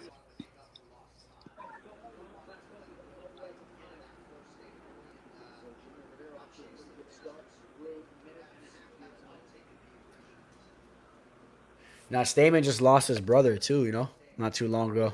Yeah. Last month. Mm-hmm. Do you think like going through something like that? What's that? Do you think that time off helped him since he finally had a chance to finally like mourn and stuff? Ooh. I think so, man. The way I look at things, like when I was training and stuff, I remember like just going through like the tough things in life, you know. Ooh. Like usually like that type of stuff gravitates me towards working out harder, bro, and trying to get my mind off crap. You know what I mean? Like when I was like going through struggles and whatever, like bad things that happened in my life, losing family members or this and that, you know what I mean? Like or friends. Like I would want to just go on like bike rides, go running, train. Like it just kind of clears your mind. It raises your endorphins, makes you feel a little bit better about yourself for a little bit. And then you gotta come back, you know, and still realize whatever happened. But you know what I mean? I think if anything, it would help you. I think you'd be grinding. For sure. Boom. Same thing from both guys. Well, Salinas with a little action for us. Scare the shit out of me. Yeah. Yo, the odds boost on Kattar by knockout's not there anymore. I was looking at it. They had it on FanDuel. They don't have it anymore. So I guess a lot of people put money on that. Yeah. Let's go up. High level stuff. What up, NJ? Rookie fan. What's up, NJ? You can put your camera on, bro. Don't be shy. Let's go. Takedown, baby. How's everybody doing tonight? How's everybody doing? We're doing good, man. How about yourself? Good. Thank you. Let's go. Pull them hips what out. time you guys got? What round? I got 2 minutes and 4 seconds in the first round. Okay. I'm at a minute 20. I'm at 1 Minute 20. Jimmy, still danger if we take it on there. Oh, that's hard. Come on, baby. Heel as well. Hey, I don't know. Somebody, maybe. Someone's got some blasting background. I think it was Will, but he's muted. I don't know who it is now. That's probably my mute. That's all good. It's okay. If mine's out too, let me know. I don't know if you guys hear mine. Come on, Stamann. Let's take this round now, man. Drop some fucking hooks on this guy.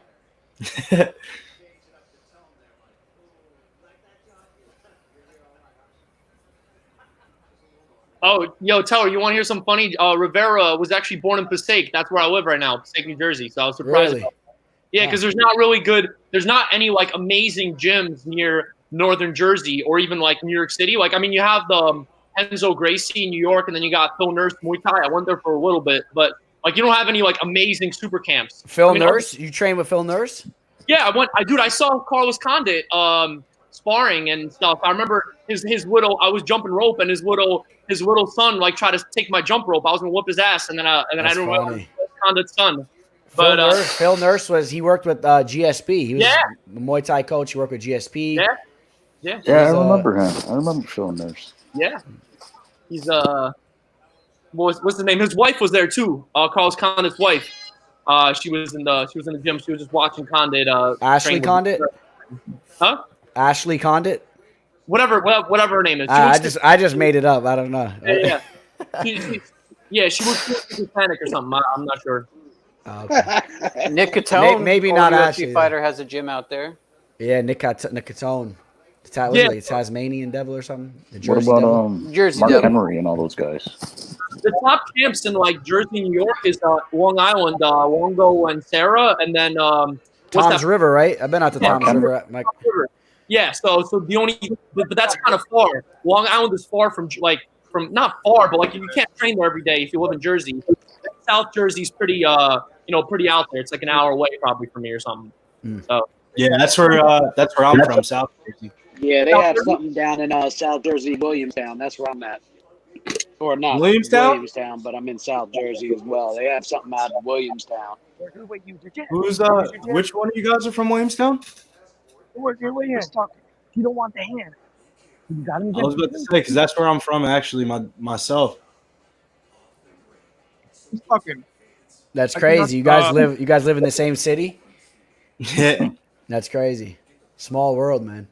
Small world for sure. I met a lot of people like from Instagram and whatnot, that follow me from the YouTube channel, and they live right down the street. They're like, oh, I live in Fort Lauderdale. Oh, I'm over here, this area. Eastern Freedom simulcast both ESPN and ESPN Plus. I can see.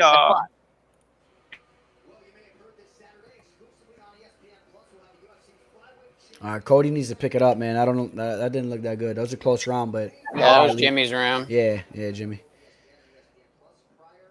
Can you hear me? Almost back to his feet. Yeah. Yo, Will, just whenever you talk, just unmute yourself and then put it back after. Right. Yeah, Cody. Cody there coming out the gates. Let's go, boy. Let's put a pace on him now.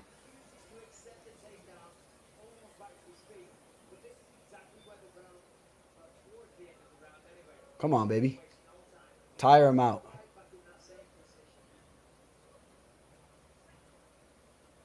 There we go. Yo, I ended up pulling the trigger on that on the cater.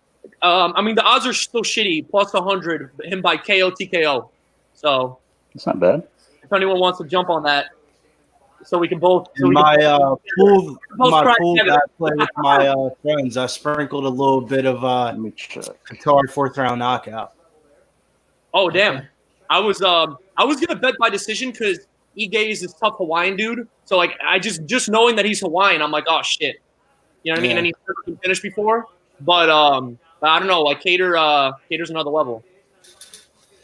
I did a little play earlier just for fun, nothing crazy, but I did Chimaev and Kattar just parlayed together. But I didn't get a chance to watch Chimaev. Yeah.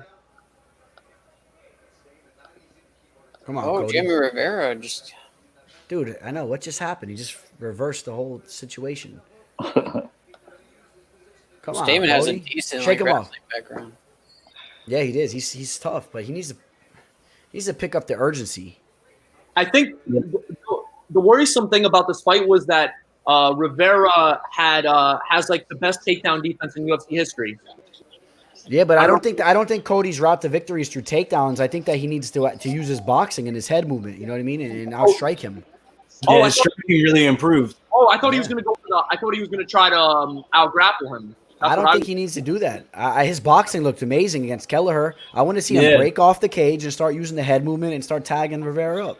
Yo, Kelleher against Kelleher, man. I would love to see that fight, bro. I would pay. You gotta let Sean Shelby and the boys know. Someone needs to make a viral video.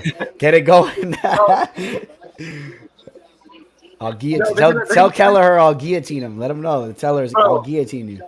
Tell her they're gonna play tape of you talking shit about Kelleher. You know how they do that for like the big fight. The hype videos. It's gonna be me at the penny bar at the studio. Like, I'll take you out, Kelleher. I'll guillotine you on the Fight Companion show. I'll guillotine you. Yeah, yo, I'll bet. You know what? Matter of fact, Tower, I'll bet you by submission, man. Probably get. Let's go. That'll make my night right there, bro. Put a G. I mean, he's a UFC caliber fighter, but I would think I wonder what he walks around at, but I would say I'm pretty much. I gotta be. He probably walks around at like 150 something. I walk around at 180 something. I feel like Kelleher should go down to 135 because he's a little chunky. So I feel like if he because I feel like in that weight class you have to be shredded because everyone else is fucking shredded. You know what I mean? So any extra weight hurts you. You know, it's different. Like when you're heavyweight, it doesn't matter. You can be like, you can have an extra 50 pounds on you. It makes no difference. You know what I mean? I'll be honest. I actually didn't think he actually performed horribly in that last match. I mean, Cody pretty much outclassed him in a way, but I thought he still had his moments where he looked decent. But we'll see how his career goes. I keep thinking this fight's a bantamweight, but they took this at featherweight, both of them. Yeah. No, they're both. I thought it was at catchweight or whatever. First, when I was watching Stamann against Kelleher, what's it called? Bro, Stamann is huge, bro. This guy's quads are like, he's like massive. He looks like a bowling ball. Bro, I don't know how he's making 135. Like, and then when I saw him at 135, it's 5'6". You'd be surprised. He's as tall as me. Bro, they said that on the last fight, I think Joe Rogan or Cormier said that this guy Stamann, when he walks around at 175 at 12% body fat, which is pretty crazy. Come on, Stamann needs to put the foot on the pedal right now, man. Take this round for sure. What's even crazy? Jimmy Rivera is 5'4". He has a long reach, though. Yo, oh my God, 12-6, significant strikes in the round. Oh man, dude, I was thinking. Oh, there we go, nice jab, dude. I think Stamann took the second. Seal the round, baby. It's a close fight. I was impressed by. I was impressed by Jan. Oh, he took the round with that knee, baby. That knee was slick, bro. That's the round. Yes. I'm still in the second. Yo, he better have won that second round. That jumping knee right there was the most significant strike of the fight. He had the takedown at the beginning. Yeah. Quick takedown at the beginning. Nice couple jabs, and that knee was nasty. I don't know. He got reversed by Rivera, and Rivera kind of got some ground and pound on him. But I feel like Rivera's kind of getting the better of the striking exchanges. I feel like Stamann's coming in with some combos, but Rivera just has that one clean counter to like his fury. For both of these guys, Paul in the corner of Jimmy Rivera agrees with your analysis. Will, you giving us some commentary over there? Is that you? Yo, I was gonna say I feel like either of these guys by decision would have been a decent play because I mean I don't think any of them would have finished each other. I mean I don't know. It looks good right now. I'll hold you to that. I think it looks good right now. When I was watching it, I think Stamann. You're gonna jinx me. Angel already has it locked in. Yeah, already had it. Damn. Yo, but guys, I was also gonna say when I was watching like Rivera against Jan. Jan, I'm so impressed by him because he's the smallest bantamweight ever. Like he's 135, but bro, he probably walks around at like 150. All these guys are way bigger than him. Rivera was bigger than him. Aldo was way bigger than him. Aljamain looks bigger than him, and like he's still able to be a champ. So I'm very impressed by that. Like he could probably win he could win the belt at 125. I think because Jan is not big at all. I was pumped to see him Frankie Edgar finally find at bantamweight. Yeah. Finally, that fight's gonna happen. It's gonna happen. I wonder how big Edgar's gonna be at bantamweight. Big. Yeah, that is a huge reach for 135 division. Yo, who was Munoz supposed to fight today? I mean, it was supposed to happen, but I know he's sick. Frankie Edgar. Oh, it was Edgar, right? Yeah, that was the co-main event for this card. That would have There been we go, nice. Cody. You got to score here, man. You got to get this. I'm really, really surprised that he's not as confident in his striking in this fight. I'm really surprised. He's not letting his hands go. I think he has too much respect for Rivera, but Rivera was tagging him. He was tagging him in the exchanges. Yeah. Already it's dropped. really close. Jesus. I don't even know how to score it. I mean, I guess, yeah. Yeah, I think Rivera's just too small to take down. He's 5'4". I personally feel whoever wins this round is going to win the fight. I have a gut feeling that that's how it's going to go with the judges, too. It was really close. I think they're going to give it 1-1 and, like, just feed this third round to them. Whoever wants this fight, take it. But Yo, tell her, Stamann's like a pit bull, but Rivera's like a moose. He's like a moose. He does look like a pit bull, Stamann. Yeah. He's, like, short and stout. Exactly. Yo, the pit bull versus the moose, man. I don't know. Well, this ain't looking good for Stamann, man. I'm surprised. Let's go, man. Walk forward and just let it go. Stop going on your back foot. This is like his second fight in a month, too, isn't it? Mm-hmm. Yeah. Yo, yeah, he reminds me of, so I used to volunteer at the animal shelter. I remember one time I was walking this pit bull that was like 100 pounds, bro, all muscle. Looked like Cody Stamann, man. Like, yeah, dude, it was like ridiculous. Like, you could see every muscle in the pit bull's body just like freaking popping out. Oh, shit.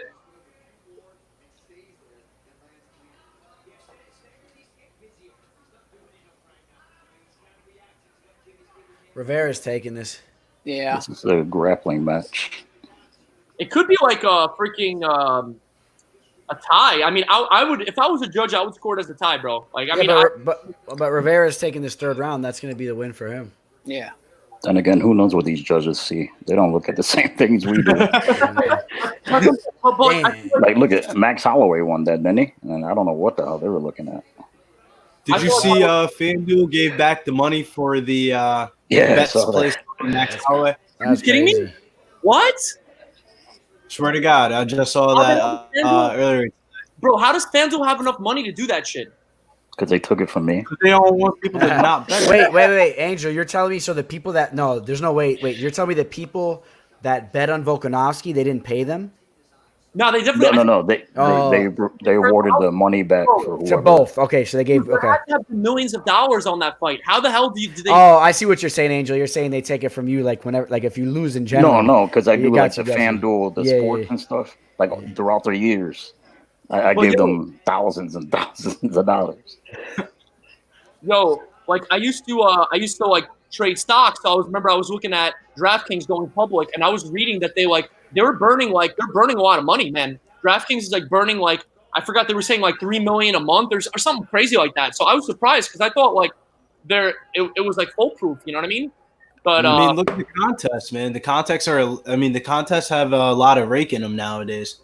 Okay, so no, I mean honestly, I don't know because like I only use DraftKings because since we're in Jersey, I only use DraftKings as a sports book. Like I never used it. Like sometimes the free pools, they have those free pools, but I never won money out of it. I was close.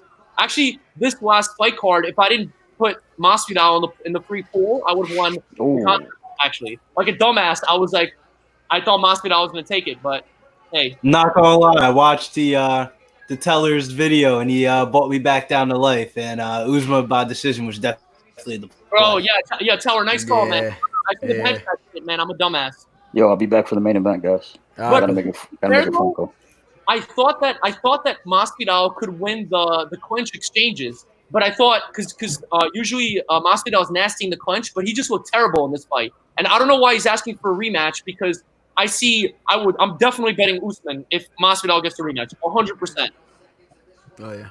Damn, Rivera won this fight. Damn, man, Stamann didn't even show up, bro. That's crazy. What the hell, man? Stamann and Molly McCann, man. I don't like the way they I was perform, nervous about this one, man. I didn't touch this fight. It was pretty didn't scary. touch this fight either. As you can see, I got my popcorn for a reason. I'm just chilling. Popcorn fight. I need some. You know what? I got some stuff. I should have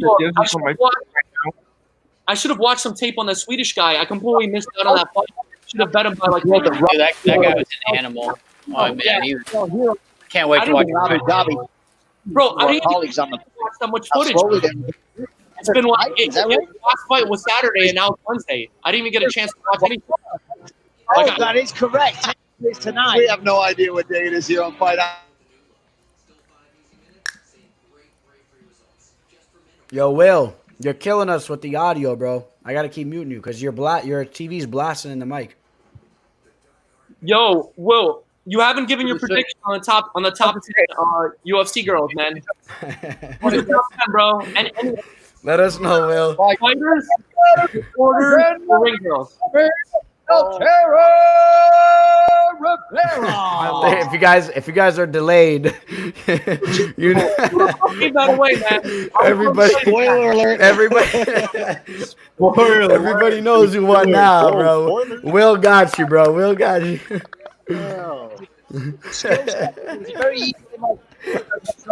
But the judges did it right. Jimmy was defended the takedowns. He landed more shots, the cleaner shots, and he put together some nice.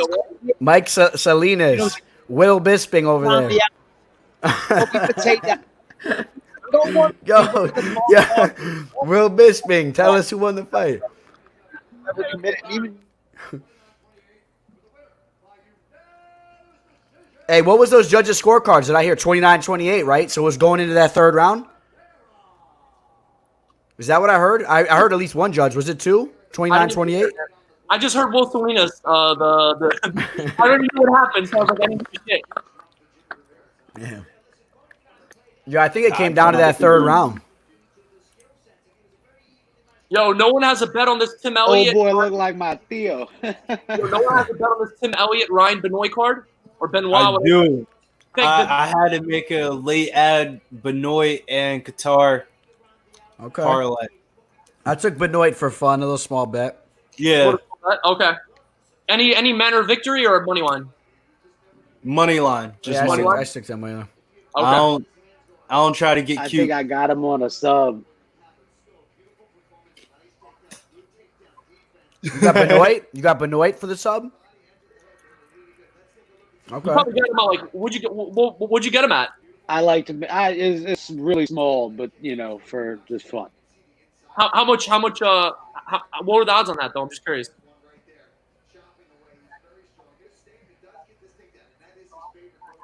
It looked like he had money over Bird. That's a good play, taking Benoit by submission, because Elliott constantly sticks his neck out there, bro, all the time. Oh, yo, I was That's actually, what I'm saying. He and they, you know what I mean. He got hands, so they're gonna try to avoid him. Yo, I was actually thinking about betting that first fight card. Who's that card? The British guy by submission, but I didn't watch enough tape to really like make a call on that. And there wasn't that much tape on the other guy, the Filipino guy who was fighting the British guy. You know what I'm talking about? The big star, not the big star, but the up and comer. You were just talking about him, Teller. Which guy? The British guy who beat the Filipino dude. The first fight of the card. Davy Grant. No, not David Grant. It was like that was last fight. I'm talking about this fight. It was like he was like minus 800 or minus 1,000 on this event. Prelims, first fight of the prelims.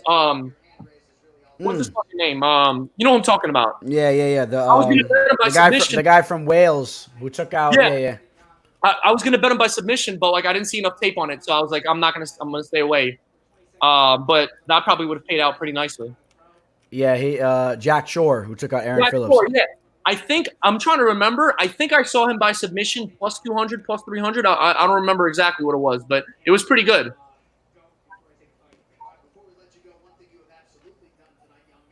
I remember a good fight that was a good fight to bet by submission was oh my god, fuck, I forgot what their names are. Shit. Who's the guy that Jordan Griffin beat? That has a nasty guillotine. I'll tell you right now, actually. Grant Dawson, right? Is that what his name is? Yeah, no, he didn't beat Grant Dawson. Dawson's undefeated. He's fighting Saturday. Grant Dawson. Who did Grant Dawson beat? He had him in a nice. He had Grant in a nice guillotine in the first round. Grant survived it and submitted him in the second round. It was Derek Minner. I thought that would have been a good bet to. I ended up picking the dog and Dawson by submission, but I should have hedged it with not Dawson. I picked Minner by submission, but I should have hedged it with Dawson by submission too. And I was thinking about that. What's going on where all you guys are like living at and stuff? Is the bars open by your guys' houses? Like, what's going on by you guys with this whole virus crap? Currently, I'm at my brother's house in Philly, and Philly's like somewhat open, but not as open as New Jersey is. Yeah. What about you? Yeah, I'm NJ? in I guess South you're. Jersey. It's pretty bad. It's pretty bad over here. All the restaurants are still doing takeout and just starting to do outside stuff. Mm-hmm. Like in Philly, they can do outside dining because they got like the sidewalks and things like that. Places like in Jersey, you got to be like a chain restaurant to be keeping afloat, pretty much. Yeah. Yo, dude, That's where I'm a chef now. Cheers, so Eric. I'm waiting where our place is. Waiting on Cheers, it now. brother. Yo, the line around like Chick-fil-A, bro. Whenever I drive by Chick-fil-A on the highway, there's police cars patrolling the line because there's like 50 people in line at Chick-fil-A, and like at the Chick-fil-A is always is crowded, bro. Everyone's always going to Chick-fil-A. By me too. People love Chick-fil-A. I like it too. It's a little expensive though for me. Personally, I think Popeye's chicken sandwich is better No. than Chick-fil-A, but I feel like Chick-fil-A's menu's better, but I think Popeye's chicken sandwich is better. Popeyes is trash. Popeyes is trash. I haven't had the Popeyes chicken sandwich. I was gonna get it one time Does at the mall. everywhere have They crown were fried sold chicken, out. or is it just like a Jersey thing? They have what? Crab fried. Crown fried chicken. Crown fried? Yeah. What's that? Yeah, Crown fried. obviously not. I guess it's a chain Yeah, out that's a here. Jersey So. thing. Yeah. Yeah. They also have, Wait, you're saying the name? Well, You're saying the missing name of out. a chain restaurant or like a type of style of food? you're Yes, saying? it's crown, as in like a crown on your head, like crown. But it's the name of a fried chicken. it's the name of a franchise or a style of food. I guess. No, It's a franchise. It's a franchise. Oh, okay. No, I never I'd heard of say them. they I never got heard of them. maybe like 4 or 5. Yeah, I just assumed. I didn't know if they had like maybe 1 or 2 pop up like in the Florida area, like down there. So We got Yeah, Lagrange. You know about Lagrange? Lagrange is Nah. good. That's like a Pollo Tropical. It's good, but it's I'm like telling better. you, would die, is it down there in South Florida? Yeah. Yo, Okay, yeah, I okay. looked it up. Crown is only in Jersey and New York. There's also Kennedy fried They chicken. sell cigarettes in there and everything, man. It's hilarious. Yeah. You pick up your chicken, you Where get a else? pack of cigarettes. And I get a T-shirt. Yo, do you guys have those? I used to go to New York a lot, like in Queens. My family's all from there.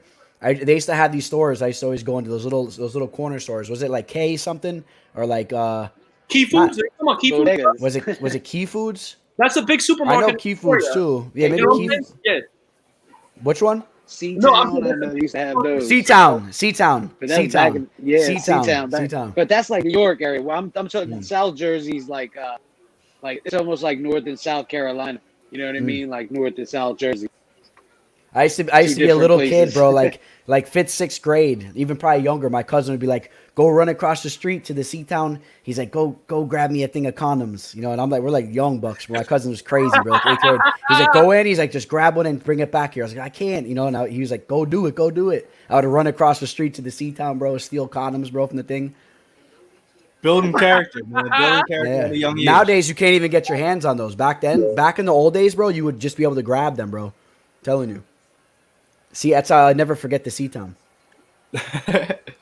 I need New to go York to was New crazy, York. bro. I just need to get like a person that lives there, and I want him to take me to like a bodega. And I just want him to like tell me like all the stuff to order in the deli, like the bacon, egg, and cheese.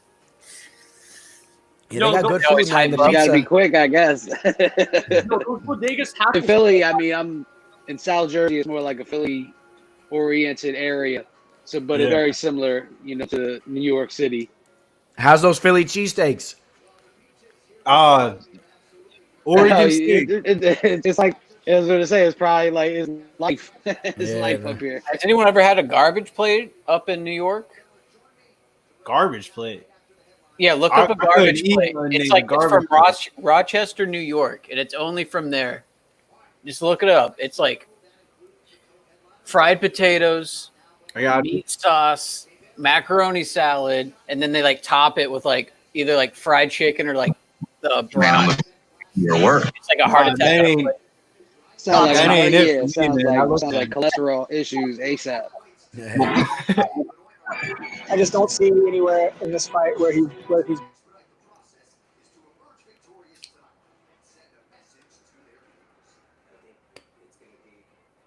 We about to find out if Tim's just here for vacation or he's here for the fight. Timbo. He's funny, Timbo. Yo, tell her, did you used to go to, in Astoria, you know the King of Falafel and Shawarma? Did you ever go there before? Nah, what is it? King of Falafel and Shawarma. It's a popular spot. And then they have a location in Jersey now in Garfield. But it started off in Astoria. They had like a cart and stuff. But yeah. I went there recently because my buddy was in Astoria. He owns a couple places now. My aunt used to work at a place called Gyro Uno. I don't know if you ever heard of Gyro Uno. I'm about to Google that right now. I don't know if it's still there now, but it's right off 34th Street. That's where they used to live, 34th Street. Bro, it's still there. Gyro Uno still there? Bro, I swear, it's still there. When I was a kid, as soon as I landed, my aunt would come pick me up and then bring me, she would be working, whatever. My cousin would bring me there, get a nice slice of pizza right away. I miss those slices of pizza. I don't know when the next time I'm going to be going to New York, too. I was supposed to be going this summer. I was supposed to be in New York right around now. And I don't know if I'm going back there. I don't know what's going on. Man, to be honest, hell up here, right? New York is not it. You don't want to be up there now. New York ain't even popping anymore, really. Philly, to be honest with you, Philly's a more entertaining time. You know what I'm saying? Like, I don't party like that, so you know what I mean. I Like, used to only go to New York city, because their gambling age is 18. So younger me in college, I used to go over to New York, get it in, and then go back over the bridge. Back in Idaho, you went out to the res, to the casino. Yo, I was walking in Midtown, man, a month ago, bro. It was empty, man. A lot of people left New York City, I feel like. I bet. They did leave. I'll tell you right now. They're all down by me, bro. I'm in South Florida. There's a lot of New York license plates, bro, because a lot of people have homes that are down here as well. So once that all started kicking off, they all headed down here. Bro, I like probably guess what they all coming back and bringing that back. Yeah, they did. They brought it. That's why Florida the numbers picked up so much, bro. It wasn't that bad down here at first. Yo, y'all are. My father live out in Miami Beach, and y'all are wilding. I know. It's crazy, y'all are bro. wilding out there. I can't even go around people. I saw Florida. If it was a country, it would be the fourth most contracted country. I saw mixed reviews on the numbers. I know Joe Rogan said that, but then I looked and I saw another report. I think either way though, but I saw us at like number 7 or 8, which is still crazy. But either way, however you look at it, I know it's bad, bro. There's a lot of Russian people in Florida, I heard. Like, there's parts of South Florida where there's like a bunch of Russian people. I've met a few throughout the years. I used to do part-time work at this cigar bar, and this guy was a Russian gangster, bro, like a real legit Russian mafia guy. He owned this. It was a cigar bar, like a hangout. I used to do like work around the bar and stuff and help out, and everyone knew this guy, bro. He had all his boys over there, like legit guys, bro. Dude, and there were some real mafia guys too. You guys would know these guys' names. A lot of them bounced back and forth from up north and down to Florida too. This one guy was really, really famous. He opened up a restaurant next door, and they ended up shutting down his whole restaurant and everything. This guy was a big time guy. Yeah. Dude, it was funny. A buddy of mine, my coworker, he used to work in this like little like smoothie shop in a yoga studio in Rye, New York. And the lady who owned it was this Russian lady, and she was married to this like Russian billionaire who was like a politician out there. Like he's some like governor of some like region in Russia. Dude is like rich out of his mind. They ended up having to shut down the studio because it was what was it? Was it under Obama or where like they like seized some people's like Russian assets? They said it was like what is that called? What did they do? Like some certain high level members of the Russian government, like they seized their assets in America. So she had to give up her little yoga studio, and because her husband was like a billionaire or whatever, some like really rich dude out in Russia. It was kind of funny. I would love to go to Russia. I have a very good friend that's actually Russian though too. But she's from Boston though. She moved down here. I lived with her for a year. This girl, she was Russian, and one of my brother's friends. Dude, check this out. Yo, in St. Petersburg, man, that's the place to go to. Bro, by the way, there are so many hot girls there, bro. I mean, I went there. I remember when I went on vacation there like 6 years ago, like with my mother. So there wasn't really, I couldn't really do much. I was kind of visiting family. But bro, like so many hot girls on the street, dude. Like, Jesus Christ. Like, you know what I noticed? A lot of the Russians I meet, I mean, that doesn't make a difference either way. If they're still Russian, but I noticed in South Florida, like the Russians that I would meet, they're Jewish. I don't know, like. Yeah, bro. Most of, you know why? What I mean? So, okay, so this is like a little history lesson, but for people to leave the Soviet Union, there used to be like an out where you could go through Israel to get to America. So a lot of the people who were Jewish, they were able to leave the Soviet Union before like the Soviet Union collapsed. So they were able to get out earlier. So like it was a little bit easier to get through that. Like for example, like my parents came to America. They're not Jewish, but like my dad got in through because he had like a technology degree. So that's why like it was like an in-demand job. That's why he was able to get in. If he didn't have that, it would have been much harder for him to come to America. You know I was just watching this YouTube video of a guy just like that, exactly the same exact situation you're talking about. He went to Israel and then he made his way over. And that was all going down with the SSR and all that. It was what's his name? Frank Lautenberg. He helped open that gateway up, so they were able to kind of go through. Like you just stop over in Israel and then you go straight to America.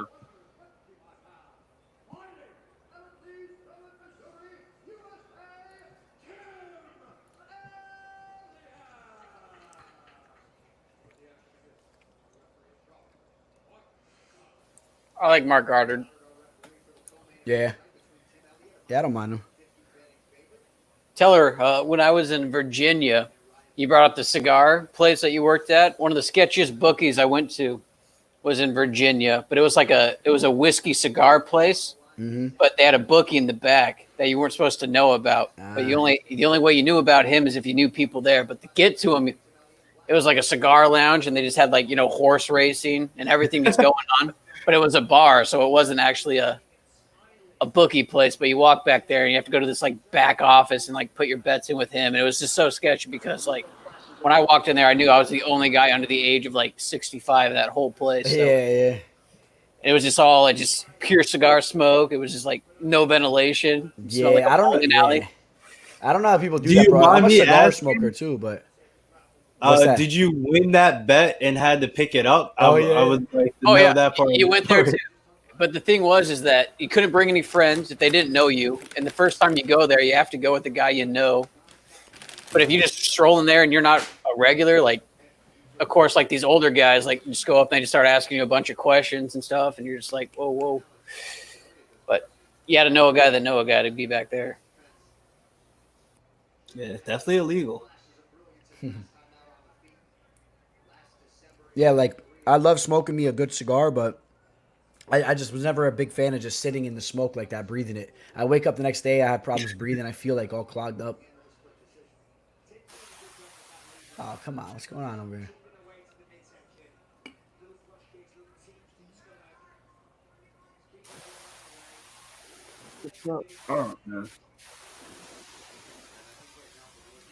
In my opinion, the key to take Tim Elliott out is you gotta bring the pressure on him. He'll start to make mistakes when you pressure him. He gets wild. But if you let him sit there, I mean,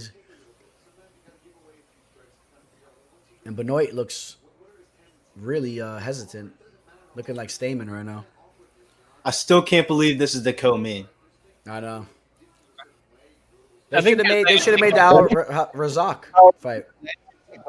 Talk about that. Tim is still touching, poking with that front kick. Yo, I'm such a dumbass for not hedging that Al Razak Hassan fight with the other guy money line net. Because Al Razak, man, should have just put him round one and then decision the other guy would have made a fucking killing. I'm so pissed. Telling you, man, Timbo's gonna get sloppy. Make this a brawl. I've been watching this guy Benoit for like almost a decade now, man. Sats, remember we were talking about those the Access TV fights and all that. Remember those Friday night fights? He used to fight on those events back then, Access TV. Friday night fights.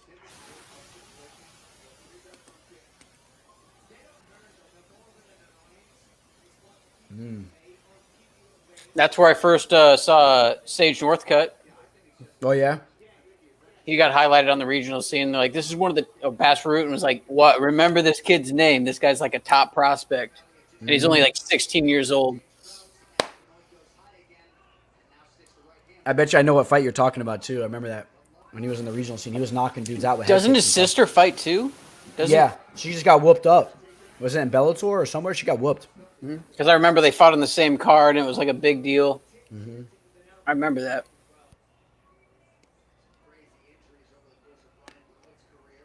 I got Benoit picking him apart right now. But it's like Tim Elliott's like so wild, but yet like his head coach is James Krause, who's like the guy that just like you stick to a game plan. And I remember like watching a couple of like Tim's fights, and like James is in his corner like screaming at him. He's like, dude, you're not following the game plan. Like you got to get with the game plan. The only reason why I didn't like Tim Elliott going into this fight, though, I felt like he had too much confidence from getting that bonus. And like the way he's jumping around and stuff right now, he just seems way too confident for no reason. That's just like how he fights too. I remember like watching one of his like Titan FC fights where he was fighting for the title or something way back in the day, and he was doing like cartwheel kicks like the whole fight because he knew he was better than the guy. So he was just doing all these crazy attacks, and he just took the guy down whenever he wanted. Yo, one of his early UFC fights, he did that same thing. He had the braids, the cornrows. He was throwing all types of crazy stuff. I remember that he fought that Jared, whatever his name was. I remember that. I remember that fight. Mm-hmm. And that he was actually looking really good in that fight. Yeah, but like, what's the point of throwing wacky stuff like that guy Michel Pereira? Yo, if you're so dominant over the other guy, just finish him in the first round. Like, what's the point of being like trying to like dance and throw like wacky capoeira kicks when just go in and handle business in 30 seconds like what's her name? Like the Brazilian chick, what's her Hebas, do that and that's it. You know what I mean? Like, don't you could dance after the fight. I know it's smart though a little bit. Like that guy Prazeres, not his name Prazeres, Michel. What's his last name? Pereira, Michel Pereira. That guy, it's smart. Yeah. I think it's very smart what he's been doing, bro. He's making himself a career in the UFC, even if he's losing fights. And he didn't lose that Diego Sanchez fight, right? But yeah, he's making himself a name for himself, and he's gonna be around now. He's gonna be getting paid for a long time. I guess that's a good point. Yeah, I mean, I guess you're gonna be unique, Yo, I'm gonna go to that. How would you score that first round? I thought Benoit won that round easily, even though he got taken down in the last second. But I thought he landed all the crisp shots. I thought he was kind of whooping Elliott up. Yo, tell her I'm gonna go to that Gyro Uno place in Astoria, man. Because dude, I actually don't know your name. Text me your name, so I'll mention at the Gyro Uno spot. I'll be like, yo. If it's the same owner, I know the owner. Okay, gotcha. Yeah, I know him good. I know him pretty good from when I was a kid. He would know me. Ask him about me. I'll text you. Yeah. He actually helped my aunt who used to work there passed away. She had pancreatic cancer. He actually helped pay for her funeral. Damn. He was like they were kind of close. He was a good guy. Yeah. Well, this is a couple years back, but he would know it for sure. I bet you it's the same owner too. I'm sure he's still probably. Mm-hmm. Yeah, dude. Yo, Astoria, man, dude, like. Whoever actually, my parents are still kicking themselves because we used to live in Astoria and they didn't buy the house. You know what I mean? Like they ended up making a nice profit in New Jersey out here in Fort Lee. But yo, if they had bought a house, let's say kept the house, bought the place in Astoria and bought the place in New Jersey, bro, forget about it. We'd be like rich out of our minds, my family. But like, dude, my grandpa had one of those, like the apartment building, like 3 floors straight up. He owned the entire thing. He sold it for like $250,000 or $300,000. Back in the day, it's probably like $1 million something. I don't even know. Bro, way more than that. Yeah, more. He's a millionaire right now. Mm-hmm. Yo, I know this kid too. It's so crazy. I know this kid. It used to be all Greeks over there, bro. All stories, all Greeks on that street. Bro, this kid, his parents since passed away too, and he still lives in his family house. And like he owns the whole thing just like that. Like, and they didn't even have a lot of money, but I guess they just saved up from working their little jobs like barbers and whatever. But they bought those whole units, and then the way that price went up like crazy. Now you got people all of a sudden they're like millionaires. They're rich, bro, because of how much Astoria went up. Bro, I was reading like the Forbes list maybe like 5 years ago. There was some dude on there who bought like the waterfront property in Dumbo. If you guys know where Dumbo is, it's like down under the Manhattan Bridge overpass. Like it's also a really nice area in Brooklyn. And dude, the guy like bought it for like $10 million, and now he's like, it's worth like almost like $1 billion or some ridiculous, like some monster profit. Like he bought like warehouse space and it went up like 100 times in value. Like insane, man. Like, I mean, like imagine getting like 100 on a bet like that, bro. Yeah, it'd be crazy, bro. Oh Elliott, baby. Come on. Fight the hands, bro. Are you kidding me? Get the hell out of there. Oh, my God. Oh, he's done. In it. No. Yo, this was not an easy part to make money. Got to be really careful. But see, this is where I wanted this fight, too, for Tim Elliott. You know? He was just getting pieced up, and then Benoit thought it was a good definitely idea. him scrambling. But, like, Elliott just is so – either he kills the guy in scrambles or gets killed in scrambles. Or sometimes he's even killing the guy, and then he'll make a mistake, too. Exactly. Who's the underdog in this fight? Benoit is like a plus 130. Oh, shit. He was plus 160 with mine. Wow. I'm actually I about had to take the money on the dog. Yo, how many underdogs won today? Couldn't even tell you on the top of my head. I'm actually looking right now. So, was Jack Shore won? He was the favorite. Liana Jojo underdog. Who was Jared Gordon underdog or favorite? He was a favorite. Favorite. Okay, Modestus was the favorite. Even though Lerone was. He just fucked up Elliott's foot. He's not walking after this. I know Elliott's tough, but he's not walking. Yo, he was screaming at the top of his lungs, bro. I've been there before. He's not going to be able to walk. Bro, sometimes the referee stops the fight, right? That's a verbal tap if you go. scream, bro. He didn't. Mm-hmm. Yo, he definitely messed up some stuff in there. Let's see how he walks. Go ahead. I'm surprised he's even standing on that right now. It's probably tender as hell. I'll give him credit, man. Wow. There's one thing you can't take the Tim round. Elliott's got heart. Yeah, he does. No, I like him. He's tough. If Benoit needs to go seal this round, though, put the pressure on him. Take this round right now. For sure. Boom. Oh, Yeah, four dogs won today, and it might be a fifth. It might be a fifth here soon. It's close though. Yes, and two on the main card, which is kind of crazy. Benoit, man, put your foot on the pedal, man. Boom, baby. Oh yeah, look, once he lets it go, bro, he destroys him. Just let it go, bro. How do you guys score this fight? I haven't really so- paid that much. I don't know. Second round was really close, but I thought Benoit, I don't know. I would say 1-1, just by the off chance. Mm-hmm. Yeah, the second was close. I thought Tim Elliott kind of like showed his grappling there, had the guillotine, reversed it to a top mount. I thought that was pretty impressive. But then I feel like Benoit is Benoit was just landing all before that. So I feel like Tim Elliott knows that his job's on the line here and has to come out in the third round, or he's getting his walking papers. For a guy that shows up at the Ultimate Fighter house drunk as hell to fight the whole house. That was a good episode. Yeah, that's why I said her. Him and Gino on vacation here. They both coming off a loss. Mm-hmm. Oh, Gino had her fight like on weeks' notice. Yeah, and I feel like Tim Elliott's just like the guy that can always call to get a fight, but he has to win here. He's getting walked. 1-1. Jay Collin, hold on, I'll post it for you, brother. Here's the link.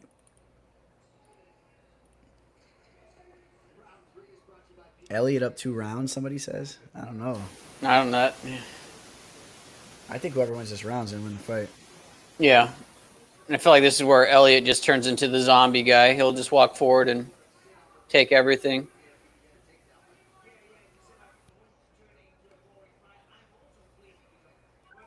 This round might not matter, though. You know what I mean? Or you guys think it's 1-1? I mean, it could be 2-0 Elliott, 2-0 Benoit. It could be 1-1. I really have no clue. What up, Jay? Hey, what's up, boys? Chilling, man. I would say 1-1. It says after round 2, live betting is minus 185 Benoit, Elliott plus 145. Elliott's the dog. I mean, Benoit 145? definitely won the first one. Yeah. Okay. I like what Elliott's doing, though. I feel like he's kind of – he knows he has to either finish this guy or make a statement. Yeah, just to get him off of that leg, Mike. Yeah, just to give him something to think about. Exactly. Tim Elliott having some issue, maybe it dislocated or something that he's working. Will Salinas with the spoiler. Will, you're killing us. Hey, sorry. I Nice forgot. jump for it. Look at that, bro. Damn, you got to blast it, bro. Like, I have mine in the background, then you barely can hear it. Yeah, I got mine muted. Y'all doing any live bets? Yeah, I got mine muted. I can hear the one in the background of this. Yeah, I messed around with Benoit a little bit, put a little bit of money on him, but I don't like the way he's finishing this fight. I still think he should be up, but what the hell is he doing? Benoit, bro, attack him, Stop bro. the He's fight. holding his hand. Oh my God, bro! If you don't just start, let it go, Mike Tyson, right now. Head movement, just bomb. Yo, Mike Tyson, right? Yeah, remember that, bro? Mike Tyson. Bro, was he holding his finger like he broke his finger? He is. His finger is broken, bro. Boom, bro. His finger's broken. If he It's either his finger's broken or it's his thumb. I think he's trying to. Yo, Bro. I have a stupid question. Can you tickle someone in a UFC fight? If you they're, could, but it doesn't work. it doesn't work. Chuck think it Liddell works, spanked bro. him. Chuck Liddell spanked Yeah, Tito Ortiz. Are Yo, you kidding me? what was that crazy fight where some fighter tried to put his finger in the other fighter's butt? Was that Diego Sanchez who tried to put his finger in some fighter's ass or something? I've seen that a couple of times. Whoa. Punches together there. That was a nice three-punch combination. And I love how he switched southpaw to land the power shot with the Is that hand that he Will? still has. That's not. I thought somebody got knocked out. Started to chase it. I thought I heard say a knockout. Yo, Benoit looks like he has size on Elliott. This is why this guy Benoit loses split decisions, bro. He doesn't have that killer instinct, bro. Yeah, He puts himself in this position, man. This is his fight. Boom, boom. Lee, bro, take the round. Take the round. Take the fight, bro. He has a busted finger. Yeah, Go. dude, I Just don't get it. attack. I feel you. Just go. Bro, when you Bro. got your You think he's tired? dude, if it's a close fight and it's round 3, and bro, like you could be getting paid double your money if you win the fight. I would just run in there, man. Like, do something. I don't know, man. Fuck it. Like, Well, if you, Benoit needs to win this fight too, bro. I think he's coming off a loss, right? I mean, his career is not like. it's saying that He's like up in points. Oh my God, he's looking at the clock, bro. yeah, you saw that, right? What? And why is he reaching on his shots, bro? Use his footwork to get on the inside and then throw your shots. He's like reaching. Boom. Throw more of those. Score points. He's going to give this fight away. I know it. This was his fight to win, too. It's going to be like a split decision, Elliott. Yeah, it's been a rough night, bro. Boom, boom. I'm surprised Elliott Oh was my the favorite. God. I thought Benoit would be the favorite. I mean, I haven't really watched much tape on these guys, but Nah, Elliott's going to be the favorite. He's a household name. Not a household name, but a name that the public knows. Dude, we just heard him, bro. Yeah, he did. Knee. Yeah, he did. Boom, boom, boom, boom. Keep going. Now, pressure him, bro. Oh, my God, bro. He goes in and then he backpedals, bro. That's what kind of fighter he is, dude. He just had him hurt a little bit, and then he just backpedals towards the cage and then gets controlled against the cage. Instead of pressing and putting the 45 seconds left. Why? He's not even breathing heavy. Why is he acting like he's so tired looking at the clock? I think Benoit won this shit. I hope so. No, I feel like, dude, tell her, I don't know if you noticed this a lot when you watch tape, but I've been like watching a good amount of tape on all these on a lot of fighters, and like some fighters, bro, like a lot of them, like if you pressure them, they just move back. Like they won't let you, like they won't try to like stand their ground. Like they'll easily move back. And like that's one thing I remember I seeing on, I think it was it I don't remember if it was Talia or Belbita or one of them. Like they just move back if you pressure them. Like they don't stand their ground at all. And I was like, what the hell? I don't know, man. It's anyone's. I feel like Benoit won that. Benoit just gets pressured. Man. Everyone's saying Elliott. Split Elliott. I thought it can go anyway. I think it can go anyway. I'm scared, man.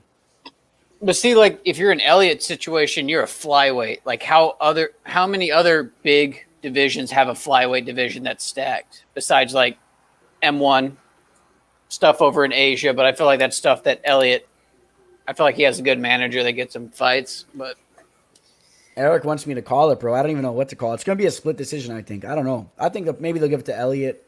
I'm hoping they give it to Benoit. Dude, if it's a draw. But when they showed draws. the striking, like Elliott had the strikes on him in the third round, then I saw that too. I was like, what? Those jabs, he was throwing that jab out there like crazy. Benoit's shots were a lot more crisp, more powerful, but kept backpedaling. And what? That's the first thing on the octagon striking or octagon control. Cormier, I wasn't so sure about that live betting line that had Ryan Benoit as the favorite. Tim Elliott getting it done. He gets his 5th UFC.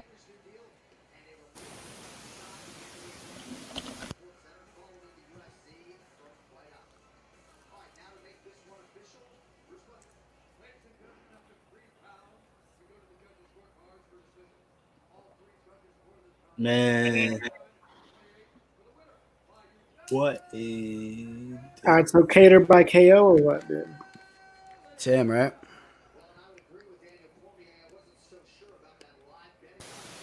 Really?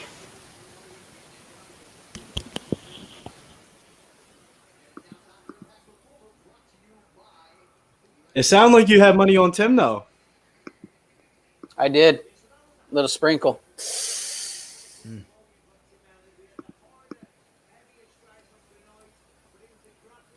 Was not, but it was So my it's like so far.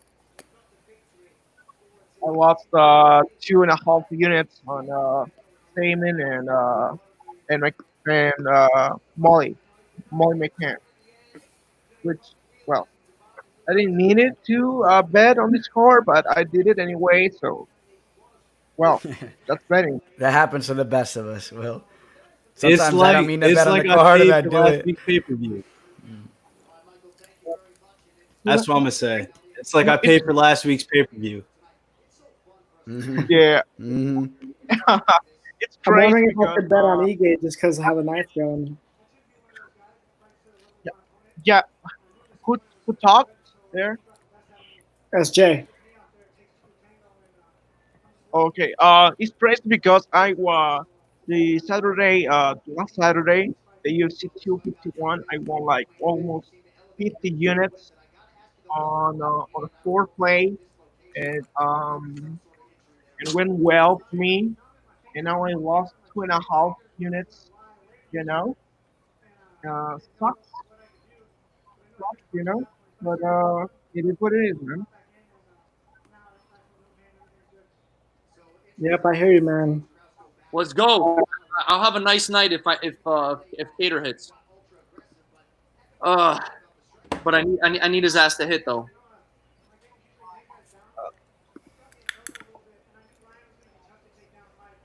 Let's go, Kattar. Knock Ige's short little ass out.